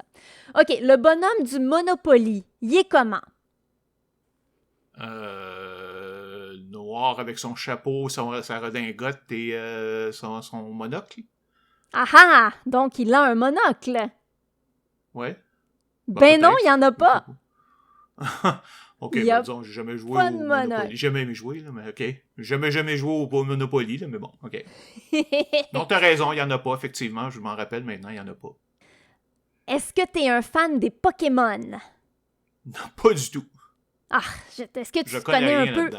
Pikachu? Tu connais pas Pikachu? OK, bon, peut-être Pikachu, là, ouais. OK, bon. Sa queue, elle est quelle couleur? J'en ai aucune idée. OK. Bon, la plupart des gens... Tout le monde va dire jaune, ben, évidemment, j'imagine, là, mais... Ben, en fait, la plupart des gens vont dire jaune avec une ligne noire au bout. Mais non, la queue de Pikachu est uniquement jaune. OK, la fameuse statue du penseur de Rodin, son poing, il est où? Son poing, il est sur... il est posé sur son genou et il a le menton posé sur sa main. Ben, t'es très bon, c'est effectivement là. Son poing est sous son menton, là. Mais la plupart des gens vont se souvenir que son poing est sur son front. Alors que non, il est sous son menton. Puis, tu sais, là, c'est quoi déjà le prénom là, de la grande chanteuse et actrice, là? Son nom de famille, c'est Streisand. Là. C'est quoi son prénom? Barbara? Oui, ça s'écrit comment, donc, son prénom? Ça s'appelle comment? Barbra, je pense. Ah ben, tu l'as aussi. T'es vraiment bon parce que la majorité des gens se souviennent de... Barbara. Barbara, exactement. B-A-R-B-A-R-A, alors que non, c'est B-A-R-B-R-A. Wow! Puis, bon, encore un autre parce que c'est le fun, je m'amuse. Dans Blanche-Neige, l'animation originale de Walt Disney, là, qu'est-ce que la reine sorcière dit à son miroir? Je ne sais pas, je l'ai jamais vu. La plupart des gens... Mais évidemment, c'est ça, on va dire miroir, miroir, quelle est la plus belle en ce royaume, ou quelque chose du genre, là, mais... Ah ben oui, tu vois, c'est très similaire à ce que les gens se souviennent. Beaucoup de gens se souviennent de miroir, mon beau miroir, dis-moi qui est la plus belle. Eh ben non, ce qu'elle dit, c'est miroir magique au mur, qui a beauté parfaite et pure. C'est quand même loin, là. Ouais, c'est ça.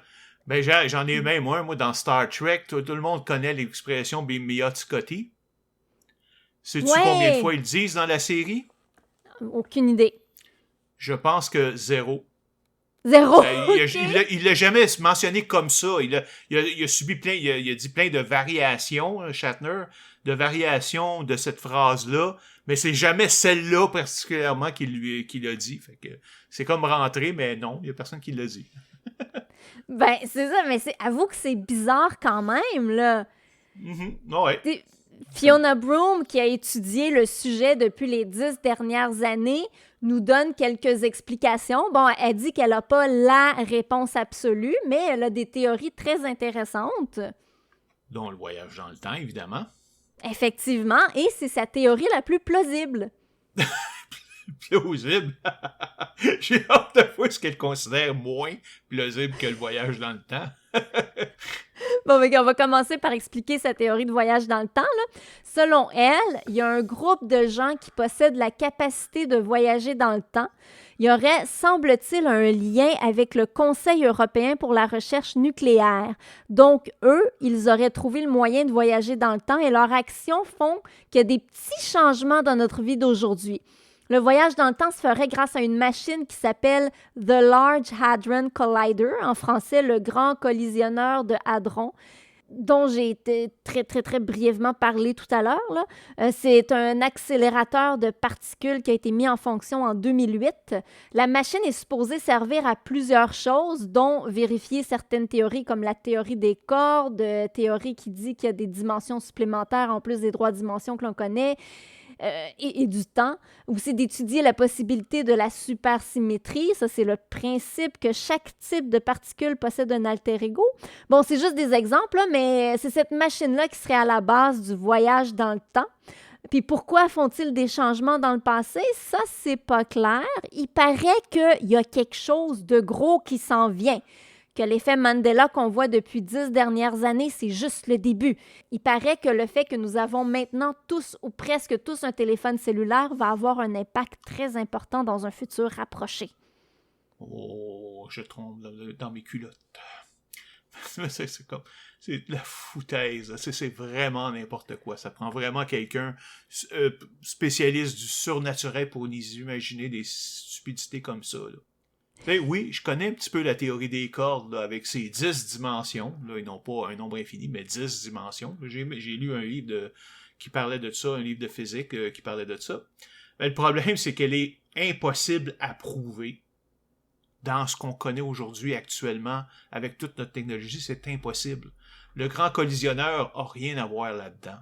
Mais que ce soit la théorie des cordes, la supersymétrie ou autre chose, donc les vagues gravitationnelles de Einstein, entre autres, aucune de ces théories n'a de rapport avec le voyage dans le temps. Tout ce qu'elle raconte, là, c'est l'équivalent de dire que la mécanique quantique est magique et que notre conscience influence les quanta au niveau subatomique. C'est de la bouillie pour les chats, là, ou plutôt pour profiter de ceux qui connaissent rien à la physique des particules. Mais bon, je suis curieux, là, c'est quoi les autres théories moins plausibles que ça, là? Une théorie assez répandue est que nous sommes tous dans une matrice branchée à un ordinateur super puissant et notre monde, c'est en fait un genre de jeu vidéo, puis des fois, il y a des glitches, des bugs, et c'est ça l'effet Mandela. Exactement comme le film La Matrice, là, pareil. OK, bon, j'ai rien à dire là-dessus, là. Ça vaut même pas la peine, là. Prochain. Une autre théorie, c'est qu'il y a plusieurs univers parallèles qui sont presque identiques. Une fois de temps en temps, les univers s'entrecroisent et il y a des choses qui changent d'un univers à l'autre. Donc, supposons que dans cet univers-là, un matin des années 30, un des scénaristes du film Blanche-Neige, on va dire Ted, il sort de chez lui, il trébuche et se foule un pied. Il ne peut pas se rendre au bureau pour travailler sur le scénario. Il s'en va à l'hôpital. Ce matin-là, c'est sur la scène du miroir que les 8 scénaristes travaillent et c'est Meryl qui suggère la phrase « Miroir magique au mur qui a beauté parfaite et pure ». Les autres scénaristes approuvent la phrase. Dans notre univers à nous, Ted, il trébuche pas en sortant de chez lui. Quand Meryl suggère la phrase « miroir magique au mur », lui, il dit « Je suis pas sûr, je dirais plutôt « miroir, mon beau miroir, dis-moi qui est la plus belle ». Et là, tout le monde approuve sa phrase à lui. Donc, nous, c'est notre souvenir. Sauf que lorsque les univers se sont entrecroisés, ça a laissé des séquelles et ça a fait en sorte que la phrase qu'on entend maintenant dans Blanche-Neige, c'est celle de Meryl. Cette théorie-là explique aussi la présence de fantômes comme étant des gens qui sont bien vivants mais qui font partie d'un univers parallèle. Il y aurait donc parfois des petits bugs qui font que les univers se mélangent. Donc, une partie de la population garde le souvenir de l'univers original et une autre partie de la population se souvient du bug comme étant leur réalité. Ouais. Ils ont probablement crossé les streams, là, comme ils disent dans Ghostbusters. Là. En fait, si je regarde ça, c'est carrément l'explication la plus probable qu'elle nous propose. Parce que oui, j'ai déjà entendu cette idée d'univers parallèle. C'est bien connu dans le monde de la science-fiction, puis même en physique. Il y a même une interprétation de la physique quantique qui suggère l'existence de plusieurs univers. Il y a juste quand même quelques petits problèmes. Là. Premièrement, il n'y a absolument rien qui pourrait nous faire penser qu'elle soit vraie. Je veux bien penser que j'ai un dragon invisible, inodore et insubstantiel dans mon condo, là, mais ça n'en fait pas la réalité. Surtout si j'ai aucune preuve, même si c'est théoriquement possible. Deuxièmement, imagine-toi que ça voudrait dire qu'à chaque microseconde, il y aurait un nombre incalculable d'univers parallèles qui se créent, parce que ça arriverait pour tout événement qui se produit partout, pour tout le monde, dans tout le temps, dans l'univers. Ben, t'as raison. Mais en fait, l'effet Mandela, il y a une explication rationnelle et scientifique, là. Ça serait pas que des gens voyagent dans le temps, ni que nous sommes dans une matrice, ni que c'est des univers parallèles qui se mélangent. Et puis justement, là, tu sais, juste un dernier petit point, même si l'interprétation quantique des mondes multiples était vraie, l'idée que ces dimensions parallèles puissent ensuite se croiser de nouveau dans le futur, ça fait absolument pas partie de ça, là, soit dit en passant. OK.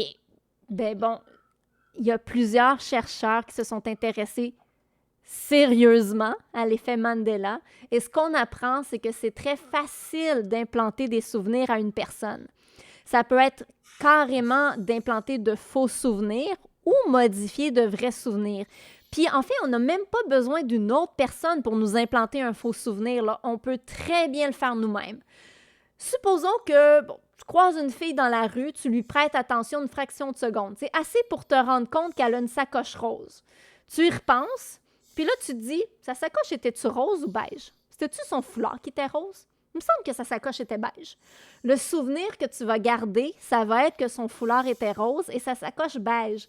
Pourtant, la vérité, c'est que son foulard et sa sacoche étaient roses. Ça s'est fait tout seul, sans que tu t'en rendes compte. Ouais, c'est un phénomène qui est quand même assez connu, là. C'est d'ailleurs une des 4 raisons dont je parlais pour devenir sceptique là, dans mon 4e épisode. Et il y a le psychologue James Cohen qui a fait une expérience sur les faux souvenirs avec sa propre famille. Il a remis aux membres de sa famille un petit livret avec plusieurs anecdotes qu'ils ont vécues dans le passé. Sauf qu'une des histoires était fausse. Il décrit un moment où son frère s'était perdu dans un centre d'achat quand il était enfant et un vieux monsieur l'aurait aidé à retrouver ses parents. Puis là, son frère s'est mis à raconter l'événement. Il était convaincu que ça s'était bel et bien passé. Puis en racontant l'histoire, il a même ajouté des détails, sans s'en rendre compte, là, c'est devenu pour lui un vrai de vrai souvenir. Ajouter des faux détails à un souvenir, on le fait constamment, ça s'appelle de la confabulation. On le fait sans s'en rendre compte, donc c'est facile de se faire implanter de fausses mémoires ou de s'en implanter nous-mêmes. Puis il y a le principe de confusion qui est la fusion de 2 ou plusieurs ensembles d'informations par erreur. Par exemple, tout le monde a vu des publicités avec le petit bonhomme Pillsbury. La majorité des gens qui pensent au petit bonhomme Pillsbury l'imaginent avec un foulard bleu. C'est peut-être ton cas, là. Eh bien non, son foulard au petit bonhomme Pillsbury, il est blanc. Mais quand on y pense, quel autre personnage tout blanc qui, lui, porte un foulard bleu frappe l'imaginaire? Le Marshmallow Man du film Ghostbusters. Notre cerveau c'est toujours fait à cause d'eux autres. Comment? C'est toujours à cause d'eux autres. Non, c'est toujours à cause de ce film-là. Oui! Mais notre cerveau fait une fusion avec le Marshmallow Man de Ghostbusters et l'autre petit bonhomme tout blanc, le bonhomme Pittsburgh. Puis ça se mélange ensemble, puis ça mélange nos souvenirs. Voilà. C'est probablement ce qui est arrivé avec l'effet Mandela. Oui, mais là, ce qu'on peut se demander, c'est pourquoi plein de gens se souviennent exactement de la même chose? Ben, c'est parce que nos cerveaux sont quand même relativement similaires. On fonctionne pas mal tous de la même façon et si on a accès aux mêmes sources d'informations, c'est juste normal que plusieurs personnes vont avoir des souvenirs identiques, même s'ils sont faux. Il y a aussi une autre affaire, c'est que tout simplement, on entend ça et on se construit par devenant de quelqu'un d'autre et après ça, on va se construire des souvenirs correspondant à ce qu'on a entendu. Fait que, tu sais, veut dire, c'est toujours, plus quelque chose est mentionné, plus il va rentrer dans l'inconscient collectif, si tu veux. Puis en plus, notre cerveau, tu sais, c'est pas un disque dur là, qui emmagasine nos mémoires là, parfaitement, là, comme beaucoup de gens le croient, là. Pas absolument pas. Hein. J'ai contacté le Dr. Dean Burnett, qui est neuroscientifique, auteur et humoriste. C'est rare, les neuroscientifiques humoristes, là. Bref, il m'a expliqué que notre système de mémoire n'est pas logique et ordonné à la façon d'un ordinateur, comme le pensent beaucoup de gens. Notre mémoire est beaucoup plus basée sur les émotions et les sensations, dans le sens où le plus stimulant et le plus émotionnel va être notre expérience, le plus facile, ça va être de s'en souvenir parce qu'une plus grande partie du cerveau va être impliquée dans l'expérience et dans l'encodage. Il y a donc plus de connexions et d'informations qui sont incluses dans cet événement. Peu importe ce qu'il est, qu'il soit positif ou négatif, donc il va être plus important dans la mémoire. On est certainement plus engagé émotionnellement quand on regarde la finale du film Ghostbusters avec Marshmallow Man que quand on voit une publicité du petit bonhomme Pillsbury. On a donc tendance à voir le bonhomme Pillsbury avec des caractéristiques du Marshmallow Man et non l'inverse.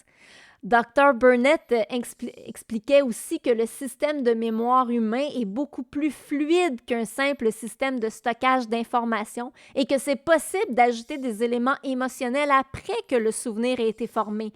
C'est parce que notre cerveau est constamment en train de faire des genres d'updates, là, des mises à jour, comme tu disais un petit peu plus tôt, et il est constamment en train de peaufiner les choses.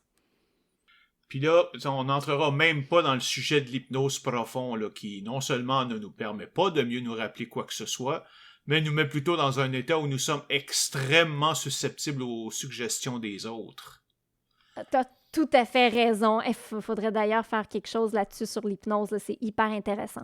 Mais bref, je vous conseille d'ailleurs de lire l'excellent livre du Dr. Burnett, Le cerveau idiot, The Idiot Brain. C'est vraiment bon, facile à lire et très facile à comprendre. J'ai adoré.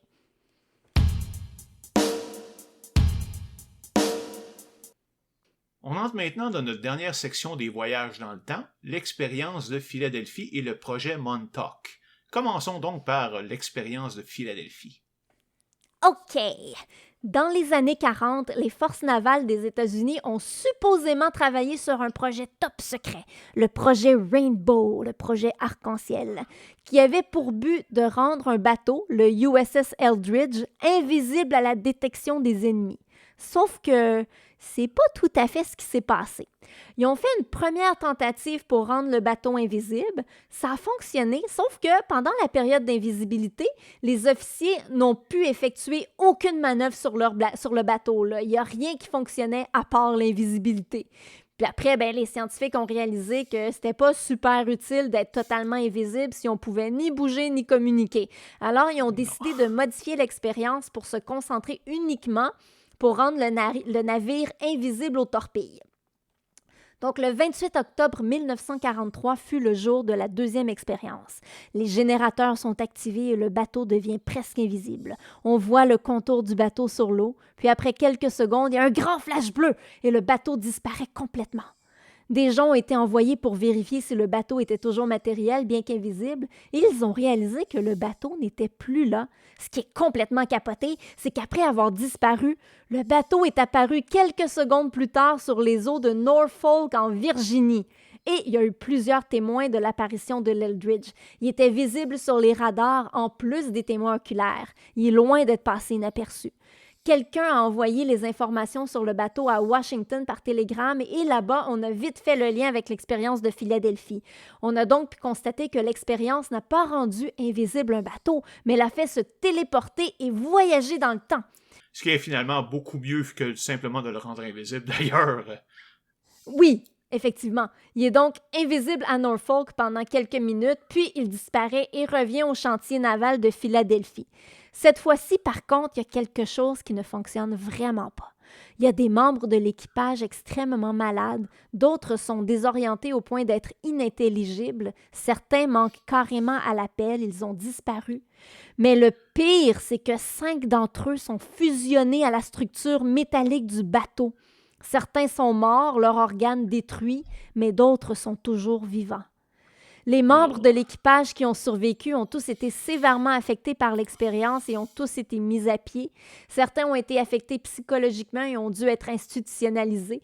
D'autres s'en sont mieux sortis, mais au fil du temps, les survivants ont tous eu des problèmes de santé et surtout des problèmes de dématérialisation. C'est-à-dire qu'à un moment donné, des parties d'eux deviennent immatérielles jusqu'à ce qu'ils deviennent complètement invisibles. OK, mais je suis sûr que la Navy aurait voulu garder ça secret, là. Comment ça se fait que l'expérience soit aussi bien connue que ça? En fait, tout ce qu'on sait sur l'expérience de Philadelphie vient de Carl Allen, de son vrai nom Carlos Miguel Allen Day, que j'ai encore prononcé tout croche. Il était sur un navire marchand et aurait été témoin de la disparition du Eldridge et de la réapparition un peu plus tard. Il aurait même parlé à des gens qui étaient sur le bateau et vu certains membres de l'équipage tout bonnement disparaître pendant un combat. Je trouve quand même ça bizarre que la Navy fasse vraiment ce genre d'expérience à la vue de tout le monde, là, tu sais. Ouais. Ben, en 1955, Carl Allen, là, Miguel Allende, il contacte un chercheur sur les ovnis, Morris Jessup, et dans une série de lettres, lui raconte tout ce qu'il a vu. Jessup, il envoie tout ça à l'Office of Naval Research. Et là, chose la plus bizarre, si c'est vraiment arrivé, un organisme qui travaille pour les militaires publie ses notes. Belle façon de garder ça un secret. Et en plus, Allen a continué de publier de nouvelles notes sur l'expérience pendant plusieurs années sans être inquiété. Un autre exemple de contradiction dans le monde du conspirationnisme. C'est d'un côté, les gouvernements militaires sont capables de garder le secret absolu sur des expériences avec la technologie extraterrestre à Area 51. Là. De l'autre, sont simplement incapables de faire taire une seule personne au sujet de l'expérience de Philadelphie. Et justement, à ce propos, où étaient donc les autres membres de l'équipage du bateau d'Allen? Un navire militaire qui disparaît, là, il peut pas y avoir juste lui qui a vu ça, là? J'avoue que c'est louche. Ben, il y a Robert Gorman, un chercheur du paranormal, a retracé Carl Allen et il a fait des recherches sur lui. Ben, il a découvert que Carl était une personne très particulière. Il est un peu le mouton noir de sa famille, un solitaire extrêmement créatif avec beaucoup d'imagination. Il y en a même qui prétendent qu'il s'agit d'un extraterrestre venu pour nous transmettre de l'information, là. Et il y en a aussi qui disent que la Navy s'est servi d'Allen comme couverture pour cacher leurs expériences faites en collaboration avec les extraterrestres. Ben oui, là, pourquoi pas, un coup parti. Ah, oui. Mais un truc drôle, après que l'histoire soit devenue populaire, qu'il y ait eu un livre sur le sujet et même un film, il y a des gens qui ont affirmé être des militaires survivants de l'expérience. Sauf qu'à chaque fois, on a découvert que ces personnes-là n'ont jamais fait partie de la Navy. Je trouve ça fascinant. Est-ce que ces personnes sont dans un délire ou ils inventent ça pour avoir de l'attention? Peut-être un mélange des deux. Le besoin d'attention et de célébrité, c'est comme une drogue là, pour certaines personnes. Il y a des gens qui vont même admettre avoir commis des meurtres juste pour se faire connaître. Ah oui, c'est vrai. Effectivement, c'est quand même un phénomène connu.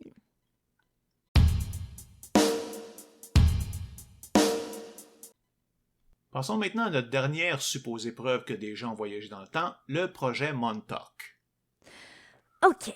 On va commencer par dire que Montauk est une base de l'armée de l'air américaine dans l'État de New York. Elle a été construite pendant la Première Guerre mondiale et a fermé ses portes en 1981. Jusque-là, rien de spécial. Puis, en 1988, une vidéo commence à circuler dans les groupes de recherche sur les ovnis.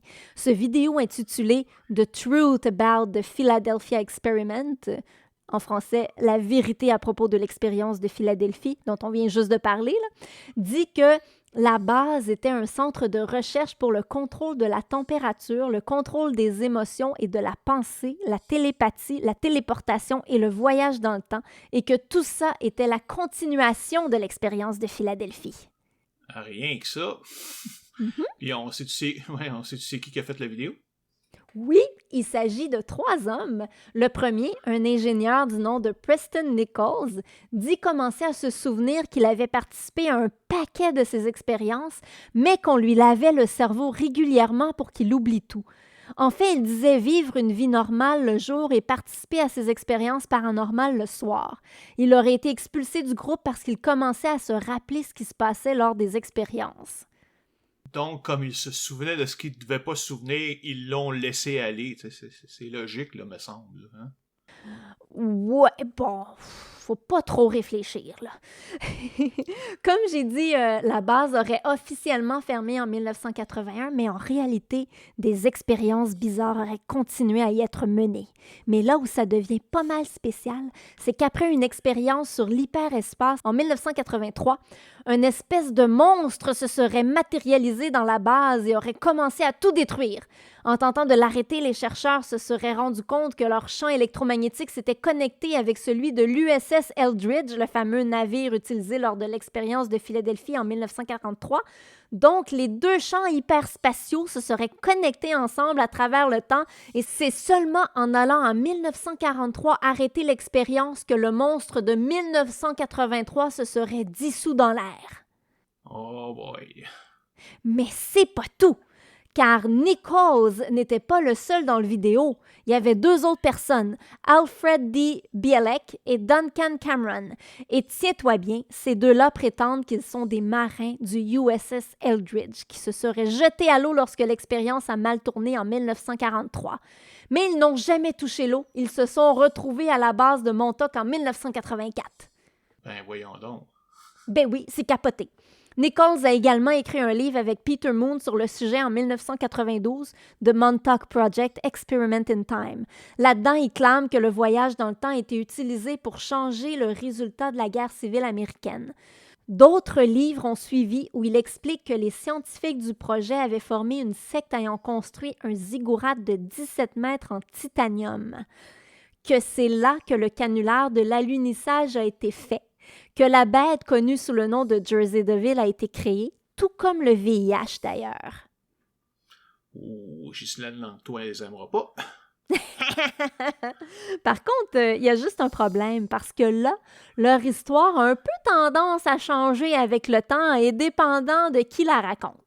Par exemple, Bielek a proclamé au début qu'il était dans la salle de contrôle pour opérer le générateur de l'expérience. Mais après avoir vu le film The Philadelphia Experiment, il a commencé à dire qu'il était un des 2 marins qui avait sauté à l'eau pour s'enfuir, l'autre étant Cameron. Aussi, Bielek et Cameron étaient plutôt arrivés dans une base quelque part au Nevada ou en Utah, et ce n'est qu'après le film et l'insistance de Nichols qu'ils ont changé leur histoire et arrivé à Montauk. Aussi, supposer que Duncan Cameron aurait développé des pouvoirs extrasensoriels très importants suivant son expérience. En plus, ils ont découvert que le responsable de l'expérience de Philadelphie en 1943, un certain Dr. Longstreet, était aussi à la tête du projet Montauk plus de 40 ans plus tard. Et sais-tu qui était la vraie identité du Dr. Longstreet? Aucune idée. Nikola Tesla. Oh mon Dieu, ok, l'inventeur, là, c'est celui qui est mort en 1943, là? Ben oui, la même année que l'expérience de Philadelphie. Ça peut pas être une coïncidence, ça, là. Ben non, évidemment, là. Sauf qu'il est né en 1856, et donc, en 1984, il aurait eu 128 ans. Ben, ça, c'est un détail, tu sais. Ben, peut-être qu'il a aussi inventé une manière de rallonger sa vie, là. Quoique, il y en a qui disent que c'était plutôt John von Neumann, un mathématicien et informaticien supposé mort en 1958. Un autre problème est que Bielek était actif dans le monde de l'ufologie d'aussi loin que 1966. Sauf que selon son récit, il est supposé avoir sauté de 1943 à 1984. Si c'est vrai, comment il a pu être actif en 1966? C'est une bonne question, hein? On a un 3e problème avec les dates officielles de naissance de Bielek et Cameron. Bielek est né en 1927, ce qui ne lui donnait que 16 ans en 1943 lors de la soi-disant expérience de Philadelphie. Ouais, c'est un petit peu trop jeune là, pour être responsable du générateur. Ah, ben oui. Puis pour Duncan Cameron, c'est encore pire. Il est mort en 2019 à l'âge de 67 ans. Ça veut dire qu'il est né en 1952, plus de 9 ans après l'expérience. Ah, peut-être qu'il a pu voyager dans le temps pour y participer, on sait jamais. Petit comique. Mais Bielek a trouvé la solution car il s'est rendu compte un moment que son vrai nom était Edward Cameron, qu'il était réellement né en 1916 et qu'il était en fait le frère de Duncan. Ah ben oui, tout ça s'explique. Alors, c'est comme, puis Duncan, lui, qu'est-ce qu'il a dit? Ben oui. Puis Duncan, ben rien. Il n'a jamais offert d'explication. OK. Mais est-ce qu'ils offraient au moins un minimum de preuves quelque part là, de leurs propos? Pas la moindre preuve. Mais de toute façon, il n'y a pas à s'en faire, car dès que l'histoire s'est fait connaître, la légende du projet Montauk a grandi et est partie dans tous les sens. On a parlé de portails interdimensionnels, de trous de verre, de trous noirs et même de contacts avec des extraterrestres. Évidemment. Par exemple, Enrico Chekhov, un dissident russe-espagnol, a déclaré lorsqu'il est arrivé en Amérique en 1988 que la surveillance satellite russe dans les années 70 avait montré la formation de larges bulles d'espace-temps sur le site. Des bulles d'espace-temps? Il se rend pas compte que ça veut strictement rien dire, là. L'espace-temps nous enveloppe, nous entoure constamment, là. Puis finalement, en même temps, là, ça ressemble à quoi une bulle d'espace-temps? Comment qu'il aurait fait pour reconnaître ça juste en la regardant? Ben ça, on le saura jamais parce qu'après les avoir supposément montrés à un journaliste du New York Times, quelqu'un se serait introduit dans son appartement et les lui aurait volés. Ah, oh, c'est-tu convenient? Oui, je t'ai dit, hein? Pas facile. Puis il y a aussi Stuart Swerdlow qui dit avoir participé au projet. Il a dit que ses habiletés psychiques se sont décuplées jusqu'à être capable de matérialiser un objet par la pensée. Mais tout ça, ben, c'était au coût de sa santé émotionnelle et psychologique. Il aurait aussi été programmé avec des micropuces et avec des appareils qui contrôlaient son esprit. Ouais, c'est ça. J'imagine par contre qu'il n'a jamais pu faire une démonstration publique de son pouvoir. Hein? Non, ben en tout cas, j'ai pas trouvé de traces, mais j'imagine que c'était trop dur émotionnellement et psychologiquement, fait qu'il a probablement décidé d'arrêter. Là. Je suis sûre que c'est une bonne façon de l'expliquer. Bon, maintenant qu'on a pu faire le tour des soi-disant preuves que le voyage dans le temps existe, je veux revenir sur ton petit commentaire de tout à l'heure où tu disais qu'il y avait 2 cas où ça pourrait exister. Je suis bien curieuse d'entendre ça. En fait, il y en a une que l'on sait qui existe, et l'autre, disons, simplement que ça pourrait être possible avec notre compréhension actuelle de la physique. Mais on en a encore aucune preuve là, que ce l'est. Je parle ici de la dilatation du temps, comme prédit par Einstein dans ses théories sur la relativité spéciale générale, et les trous de verre. Mais tu l'auras compris, le voyage dans le temps qu'ils permettent est vraiment très limité, et pas du tout comme celui de Back to the Future. Je connais un peu le phénomène de dilatation du temps car on a joué avec ça dans notre campagne de jeu de rôle. Alors, commençons par ça. Alors, explique-nous ce qu'est la dilatation du temps. Le phénomène de la dilatation du temps est quand même assez bizarre. Il dit que dans certaines circonstances, le temps ne se déroule pas au même rythme pour tout le monde. Bien qu'il ait été hypothétisé par plusieurs physiciens, c'est Einstein qui a officialisé le tout dans ses théories de la relativité spéciale et générale. Dans la relativité spéciale, le principe de base, c'est que pour un objet se déplaçant à une vitesse très élevée, le temps va ralentir. C'est-à-dire qu'une seconde pour cet objet va être plus longue qu'une seconde pour quelqu'un immobile à l'extérieur qui l'observe. Hein? Je pensais qu'une seconde était toujours une seconde. Oui, mais non. Ben là, je suis toute mélangée. Mettons que tu synchronises parfaitement 2 chronomètres. Tu en donnes un à un observateur externe et tu mets l'autre dans une fusée.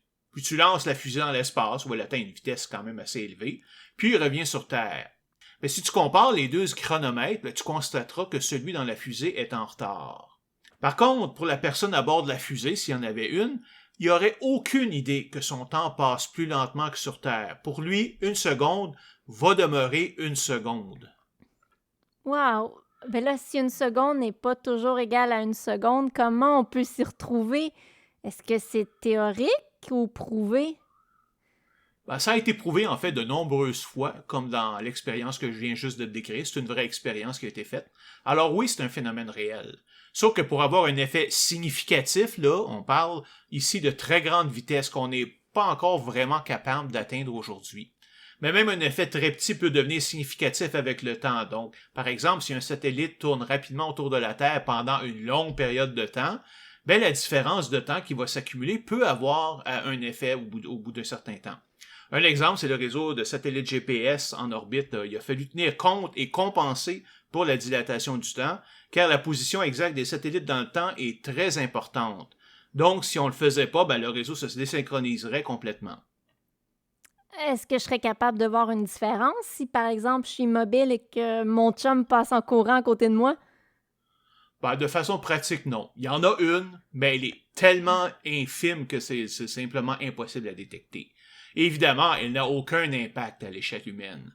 Même pour le détecter à bord de fusées ou de satellites, là, ça prend des horloges atomiques hyper précises. Mais à grande vitesse, ça ressemble à quoi? Mettons que mon chum court super vite, là. Je veux pas introduire d'équations ici, de toute façon, là, je les connais pas moi-même. Là. Mais le principe est que la dilatation du temps augmente de façon exponentielle lorsqu'on approche de la vitesse de la lumière. À cette vitesse, la moindre petite variation peut avoir un effet notable. Il est impossible d'atteindre la vitesse de la lumière, mais si on l'atteignait, alors le temps s'arrêterait complètement et 1 seconde dans le vaisseau durerait littéralement une éternité pour un observateur externe. Ah! Et pourquoi c'est pas possible de l'atteindre? Ben, toujours à cause d'Einstein et sa fameuse équation E égale mc au carré. Ce qu'elle veut dire, entre autres, c'est que l'énergie et la masse sont la même chose, juste dans un état différent. Et le plus qu'on s'approche de la vitesse de la lumière, ben, le plus l'énergie se convertit en masse, et ça va donc demander plus d'énergie pour la déplacer. On n'atteindra en fait jamais la vitesse de la lumière parce qu'à ce moment-là, la masse d'un objet serait infinie et qu'il nous faudrait donc une quantité infinie d'énergie pour l'atteindre, ce qui est évidemment impossible. Wow! Mais mettons que j'ai un vaisseau spatial avec quelqu'un à l'intérieur. Qu'est-ce qui lui arrive si la dilatation du temps est élevée? Ben lui, absolument rien, sauf qu'il vieillira plus lentement que toi. Comme je l'ai dit, pour cette personne, une seconde égale toujours une seconde. Les effets seront donc complètement nuls. Mais ses relations avec l'univers normal peuvent avoir des résultats surprenants. On a discuté au dernier épisode de la grandeur démesurée de l'univers. Juste l'univers observable mesure environ 13,8 milliards d'années-lumière. Donc, si quelqu'un se promenait juste en dessous de la vitesse de la lumière, ça lui prendrait un peu plus de 13,8 milliards d'années pour le parcourir. Sauf qu'à cause de la dilatation du temps, pour lui, ça serait beaucoup plus court. Comme quoi? Ben, j'ai lu que si quelqu'un dans un vaisseau spatial partait de la Terre et avait une accélération constante de 1G pendant des milliards d'années, sans jamais atteindre la vitesse de la lumière, évidemment, ça ne lui prendrait pas plus que 70-80 ans de son point de vue pour parcourir tout l'univers, tellement le temps se déroule lentement. Mais pour nous autres sur Terre, ben, il prendrait 13,8 milliards d'années. Bon, évidemment, avoir un moteur capable d'accélérer comme ça pendant un temps infini, c'est impossible, là, mais ça donne une bonne idée. C'est vraiment bizarre. Mais juste une question, là. Tu parles d'une accélération d'1G. C'est quoi ça? Ah, ben, c'est simplement l'accélération qu'un objet qui subit sur Terre lorsqu'il tombe vers le sol. Là. Et d'environ 9,8 km par seconde carrée, c'est-à-dire qu'à chaque seconde de chute, sa vitesse augmente de 9,8 km par seconde.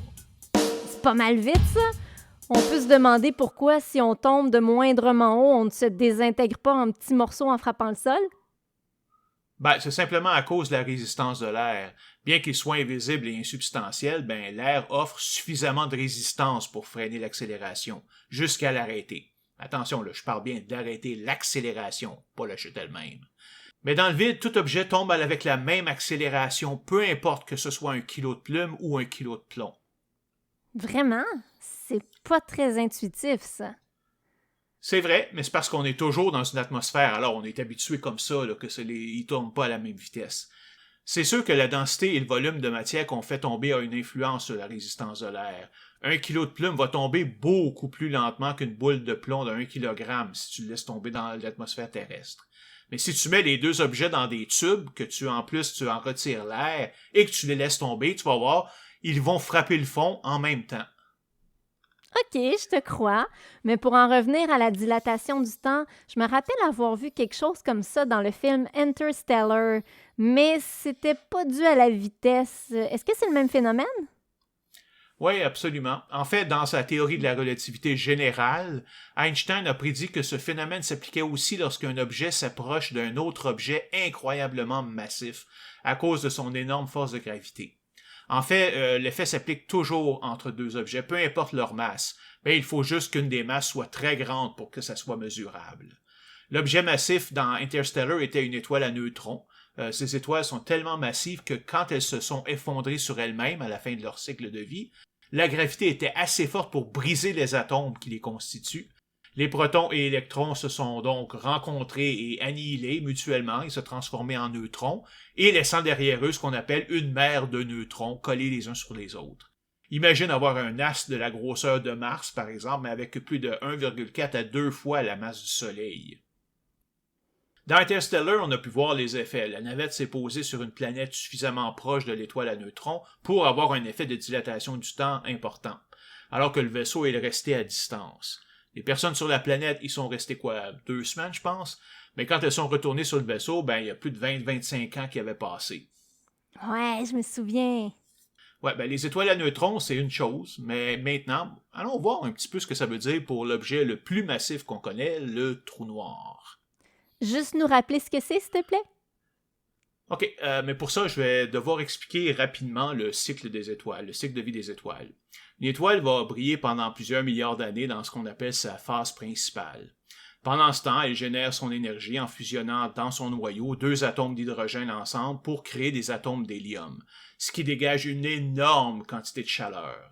Quand elles ont épuisé leur hydrogène, l'étoile commence à prendre de l'expansion pour fusionner l'hydrogène dans sa couche externe, tout en fusionnant son hélium en éléments plus lourds dans son centre. Elle devient ainsi une géante rouge, comme l'étoile de Bételgeuse. Juste pour te donner une idée, là, à son maximum, notre Soleil sera assez gros pour englober l'orbite de la Terre. Quand elle arrive à la fin de son carburant, l'étoile va se débarrasser de toute sa masse externe et va commencer à se contracter. Pour la plupart des étoiles, elles vont le faire jusqu'à ce que les atomes soient tous collés les uns sur les autres et elles vont se stabiliser en naine blanche. C'est ce qui va arriver d'ailleurs à notre Soleil. Par contre, si l'étoile au départ était d'environ 10 fois plus massive que notre Soleil, ce cycle va commencer par sa transformation en supernova, une étoile super brillante, une explosion qui va émettre une quantité astronomique d'énergie et de radiation pour ensuite se contracter. Bon, donc une étoile va donc se contracter jusqu'à l'étape de la naine blanche, mais si elle est suffisamment massive, soit environ 1,4 fois la masse du Soleil, mais après avoir perdu la plus grosse partie de sa masse dans son explosion, c'est suffisant pour que la gravité l'emporte sur la force nucléaire forte et que les atomes se désintègrent, formant, ce que je disais tout à l'heure, une étoile à neutrons, avec une mer de neutrons au milieu. Mais encore là, si l'étoile est suffisamment massive, on parle entre 2 et 3 fois la masse du Soleil après explosion, même la mer de neutrons est insuffisante pour freiner la contraction, et l'étoile atteindra l'étape du trou noir, va se continuer à se contracter jusqu'à atteindre un point minuscule.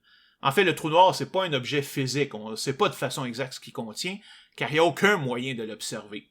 Ce qu'on sait, c'est que la gravité est tellement forte qu'à un certain moment, la vitesse de la libération, c'est-à-dire la vitesse qu'un objet doit atteindre pour échapper à la gravité d'un corps céleste, devient plus grande que la vitesse de la lumière. En comparaison, la vitesse de la libération pour quitter l'orbite terrestre d'environ 11 km par seconde, si je me rappelle bien. C'est pour ça que le trou est noir, car même les photons de lumière ne peuvent s'en échapper. On appelle cette limite l'horizon du trou noir, ce qu'on appelle Event Horizon en anglais. Tout ce qui pénètre l'horizon nous est perdu à jamais et en termes pratiques n'existe plus pour nous. OK, wow! Mais on peut-tu revenir à notre sujet de la dilatation du temps? OK. Le point ici est que le trou noir contient une masse d'au minimum 2 ou 3 soleils dans une petite région de quelques dizaines de kilomètres cubes au maximum. Ça veut dire qu'on peut s'approcher très très proche du centre de sa masse, ce qui va faire exploser la force de gravité ressentie et donc la dilatation du temps. Mettons qu'un vaisseau spatial, le Rocinante, est à 50 000 km de l'horizon du trou noir de Cygnus X1 et veut y pénétrer. Oui, je suis un grand fan du groupe Rush, je l'admets.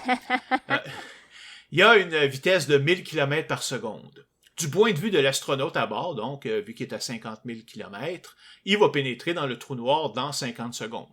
Mais pour un observateur assez loin, sais-tu combien de temps le vaisseau va prendre pour arriver? Je sais pas, quelques milliers d'années? Et non. En fait, le vaisseau prendra un temps littéralement infini. Autrement dit, il ne l'atteindra jamais. Attends, là, mais tu viens de dire que pour l'astronaute, il va l'atteindre en 50 secondes. C'est mélangeant en titi, là. Mais oui, puis c'est pour ça que je dis que la physique a fait des choses bien plus folles que les fantômes et la magie, hein. Faut juste s'y intéresser. Mais évidemment, même s'il n'entre pas dans le trou noir, un vaisseau qui s'en approche tout près, puis s'en éloigne, pourrait avoir fait l'équivalent d'un saut dans le futur de, 500 millions d'années, même si ça ne représente qu'un jour pour l'astronaute à bord. Bon, OK, je comprends tout ça. Mais entendons-nous, c'est pas vraiment un voyage dans le temps, parce que même pour l'astronaute, il avance toujours vers le futur 1 seconde à la fois. C'est la durée de sa seconde qui change. Effectivement, puis c'est évidemment, avec cette méthode, on peut juste aller que vers le futur. Mais c'est vrai que si un jour le voyage spatial devient commun, il sera possible, si on n'aime pas le temps courant, de faire un voyage vers le futur, à condition d'accepter que ce soit un aller seulement. Donc, le vrai voyage dans le temps reste toujours impossible. Peut-être pas. Ben là...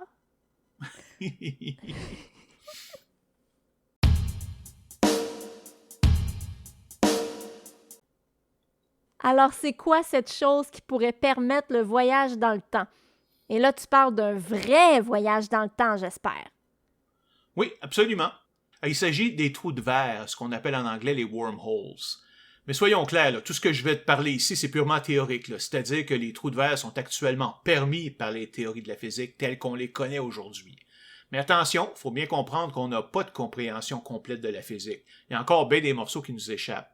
Alors, ça se peut très bien qu'on finisse par comprendre que même les trous de verre sont impossibles. Et même là, même s'ils sont possibles, ça ne veut pas dire qu'ils existent de façon à ce qu'on puisse les utiliser.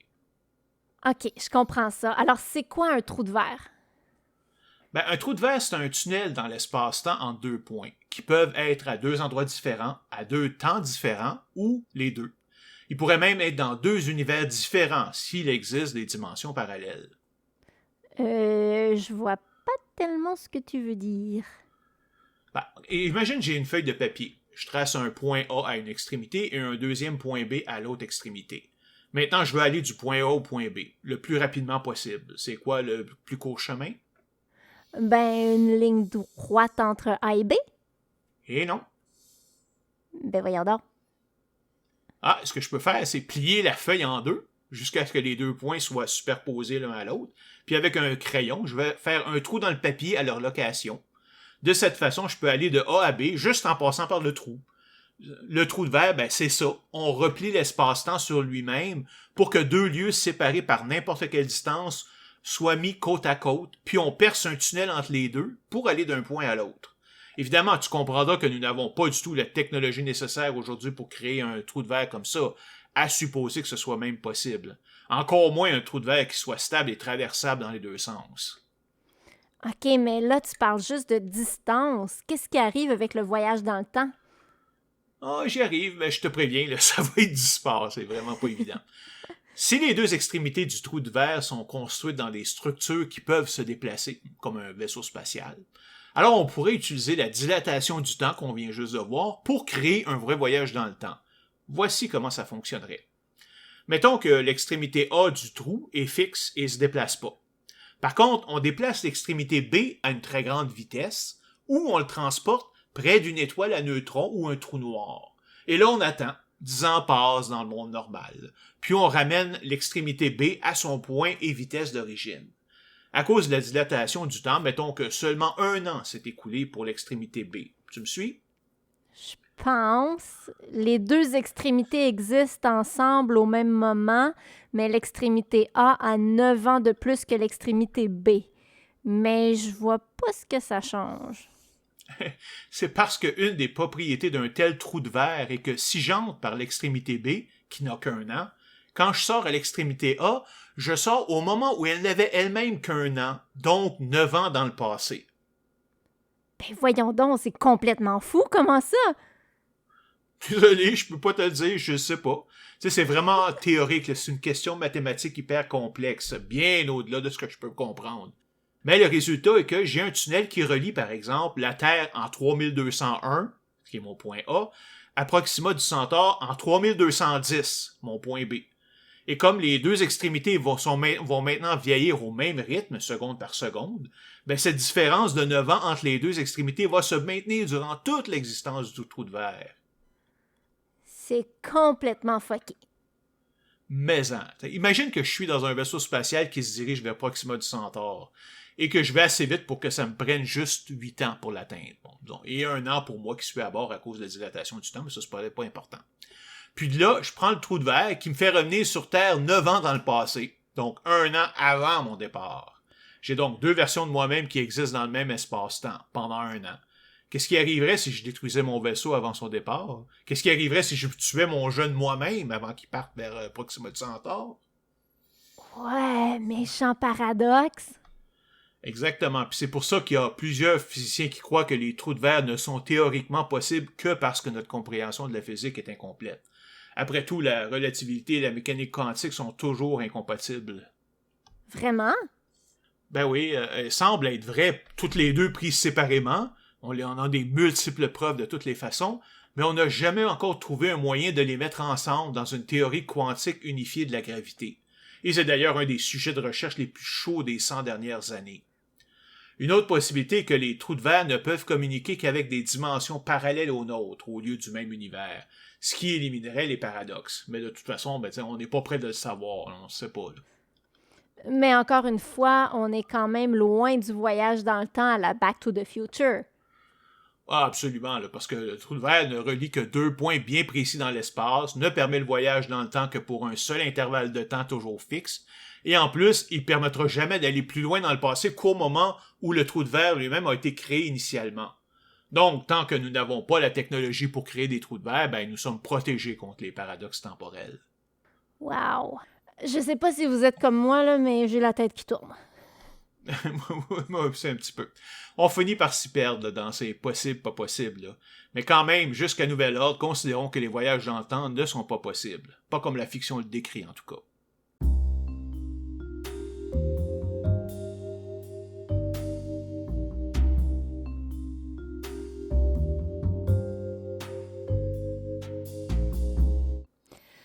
Pour changer de sujet et se reposer le cerveau un peu, là, je te propose de revenir sur les prédictions pour 2021 du célèbre Michel de Notre-Dame, mieux connu sous le nom de Nostradamus, dont on avait parlé à l'épisode 25.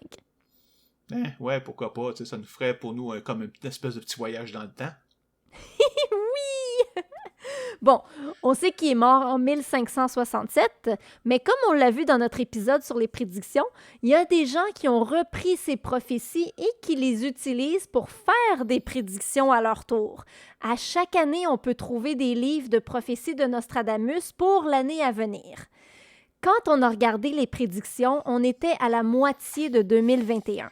On avait dit que les 6 derniers mois de l'année allaient être assez rock'n'roll si toutes les prophéties se réalisaient. Ouais, je me souviens de ça, ouais.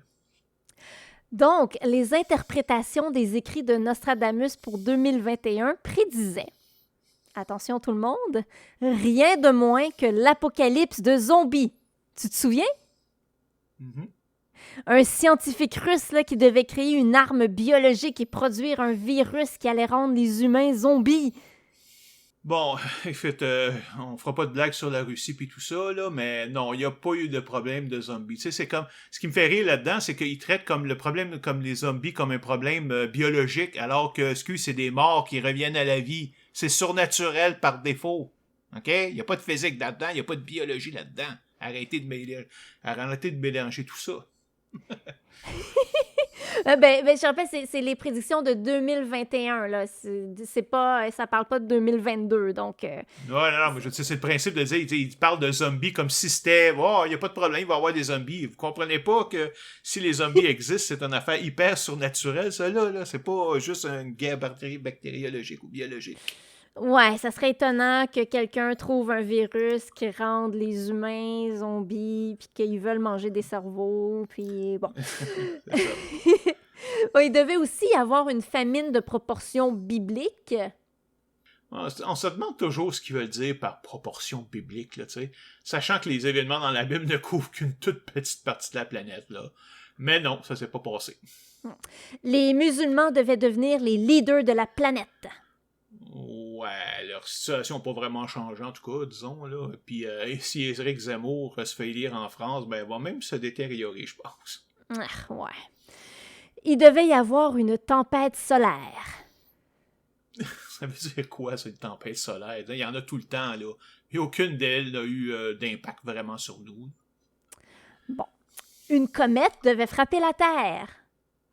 Non, le monde n'a pas été détruit. Et si tu penses d'ailleurs à ça, tu sais, cet événement aurait rendu tous les autres un peu caduques, là, tu penses pas, là? C'est pas faux. Ils disent des affaires, puis ils comprennent même pas qu'est-ce qu'ils disent, là. Si une comète frapperait la Terre, ça serait probablement la fin du monde. Bon, attends, le prochain. Un tremblement de terre devait dévaster la Californie. Ah ouais, c'est ça. Ils le prédisent depuis 50 ans, puis c'est toujours pas arrivé. Les soldats des États-Unis devaient se faire insérer un implant d'une puce dans le cerveau. Bon, écoute, techniquement, celui-là, il n'y a aucun moyen de le savoir si c'est vrai ou non, mais probablement que non, parce que je pense qu'on en aurait entendu parler. Possible. Il y a des soldats qui auraient probablement pas aimé ça. Oui, effectivement. On devait assister à la destruction de l'Église catholique. Non, toujours là. Le troisième antéchrist devait naître. C'est comique de parler du troisième parce qu'on sait toujours pas qui sont les deux premiers. Il n'y a aucun moyen de savoir si c'est vrai ou non, là, mais on devrait le savoir d'ici une trentaine d'années, j'imagine. Oui! Oh, je me demande tellement c'est qui les deux autres. Oh, probablement Adolf Hitler puis Saddam Hussein, quelque chose du genre. Oh ouais, Oui, il doit, c'est ça, puis ça doit changer, c'est pendant des modes. Là, maintenant, ça va être Poutine, là, je te parie, là. Oui, c'est ça. Il y a beaucoup de choix, là, en fait. C'est ça. Bon, ben, finalement, la nouvelle ère de glace devait commencer. Ouais, sauf que 2021 a été la 6e année la plus chaude enregistrée depuis 1880. Puis ça, c'est considérant qu'il y avait un ralentissement de la pollution à cause de tout ça, à cause de la COVID. Hein? Donc, c'est mal parti pour être l'ère glaciaire. Ouais, bon, tu donnes combien de morceaux de robots aux interprétations des écrits de Nostradamus pour 2021? -8. Ah oui, aussi, en passant, c'était supposé être la fin du monde le 22 février 2022 à 2h22, mais c'est pas arrivé. J'ai vu passer ça sur des posts de nos amis conspirationnistes du Québec, là, certains s'inquiétaient beaucoup. Quand il y a trop de chiffres pareils, le monde capote et s'imagine des catastrophes. C'est toujours comme ça. Attends, au 22 février 2222 à 2h22. Hein, là, ça va être du sport. Et 22 secondes, évidemment. Ça va être du sport. Peu importe que le point de référence soit complètement aléatoire. Même la naissance de Jésus, qui est supposée être le 25 décembre de l'an 1, se serait produit au printemps entre l'an -4 et -6, dépendant des interprétations qu'on donne aux écrits. T'sais, alors, l'idée qu'un événement cosmique soit basé sur une date imprécise qui n'a de sens que pour les chrétiens, ça fait aucun sens. Ça veut dire, ça veut rien dire. Je suis vraiment d'accord avec toi.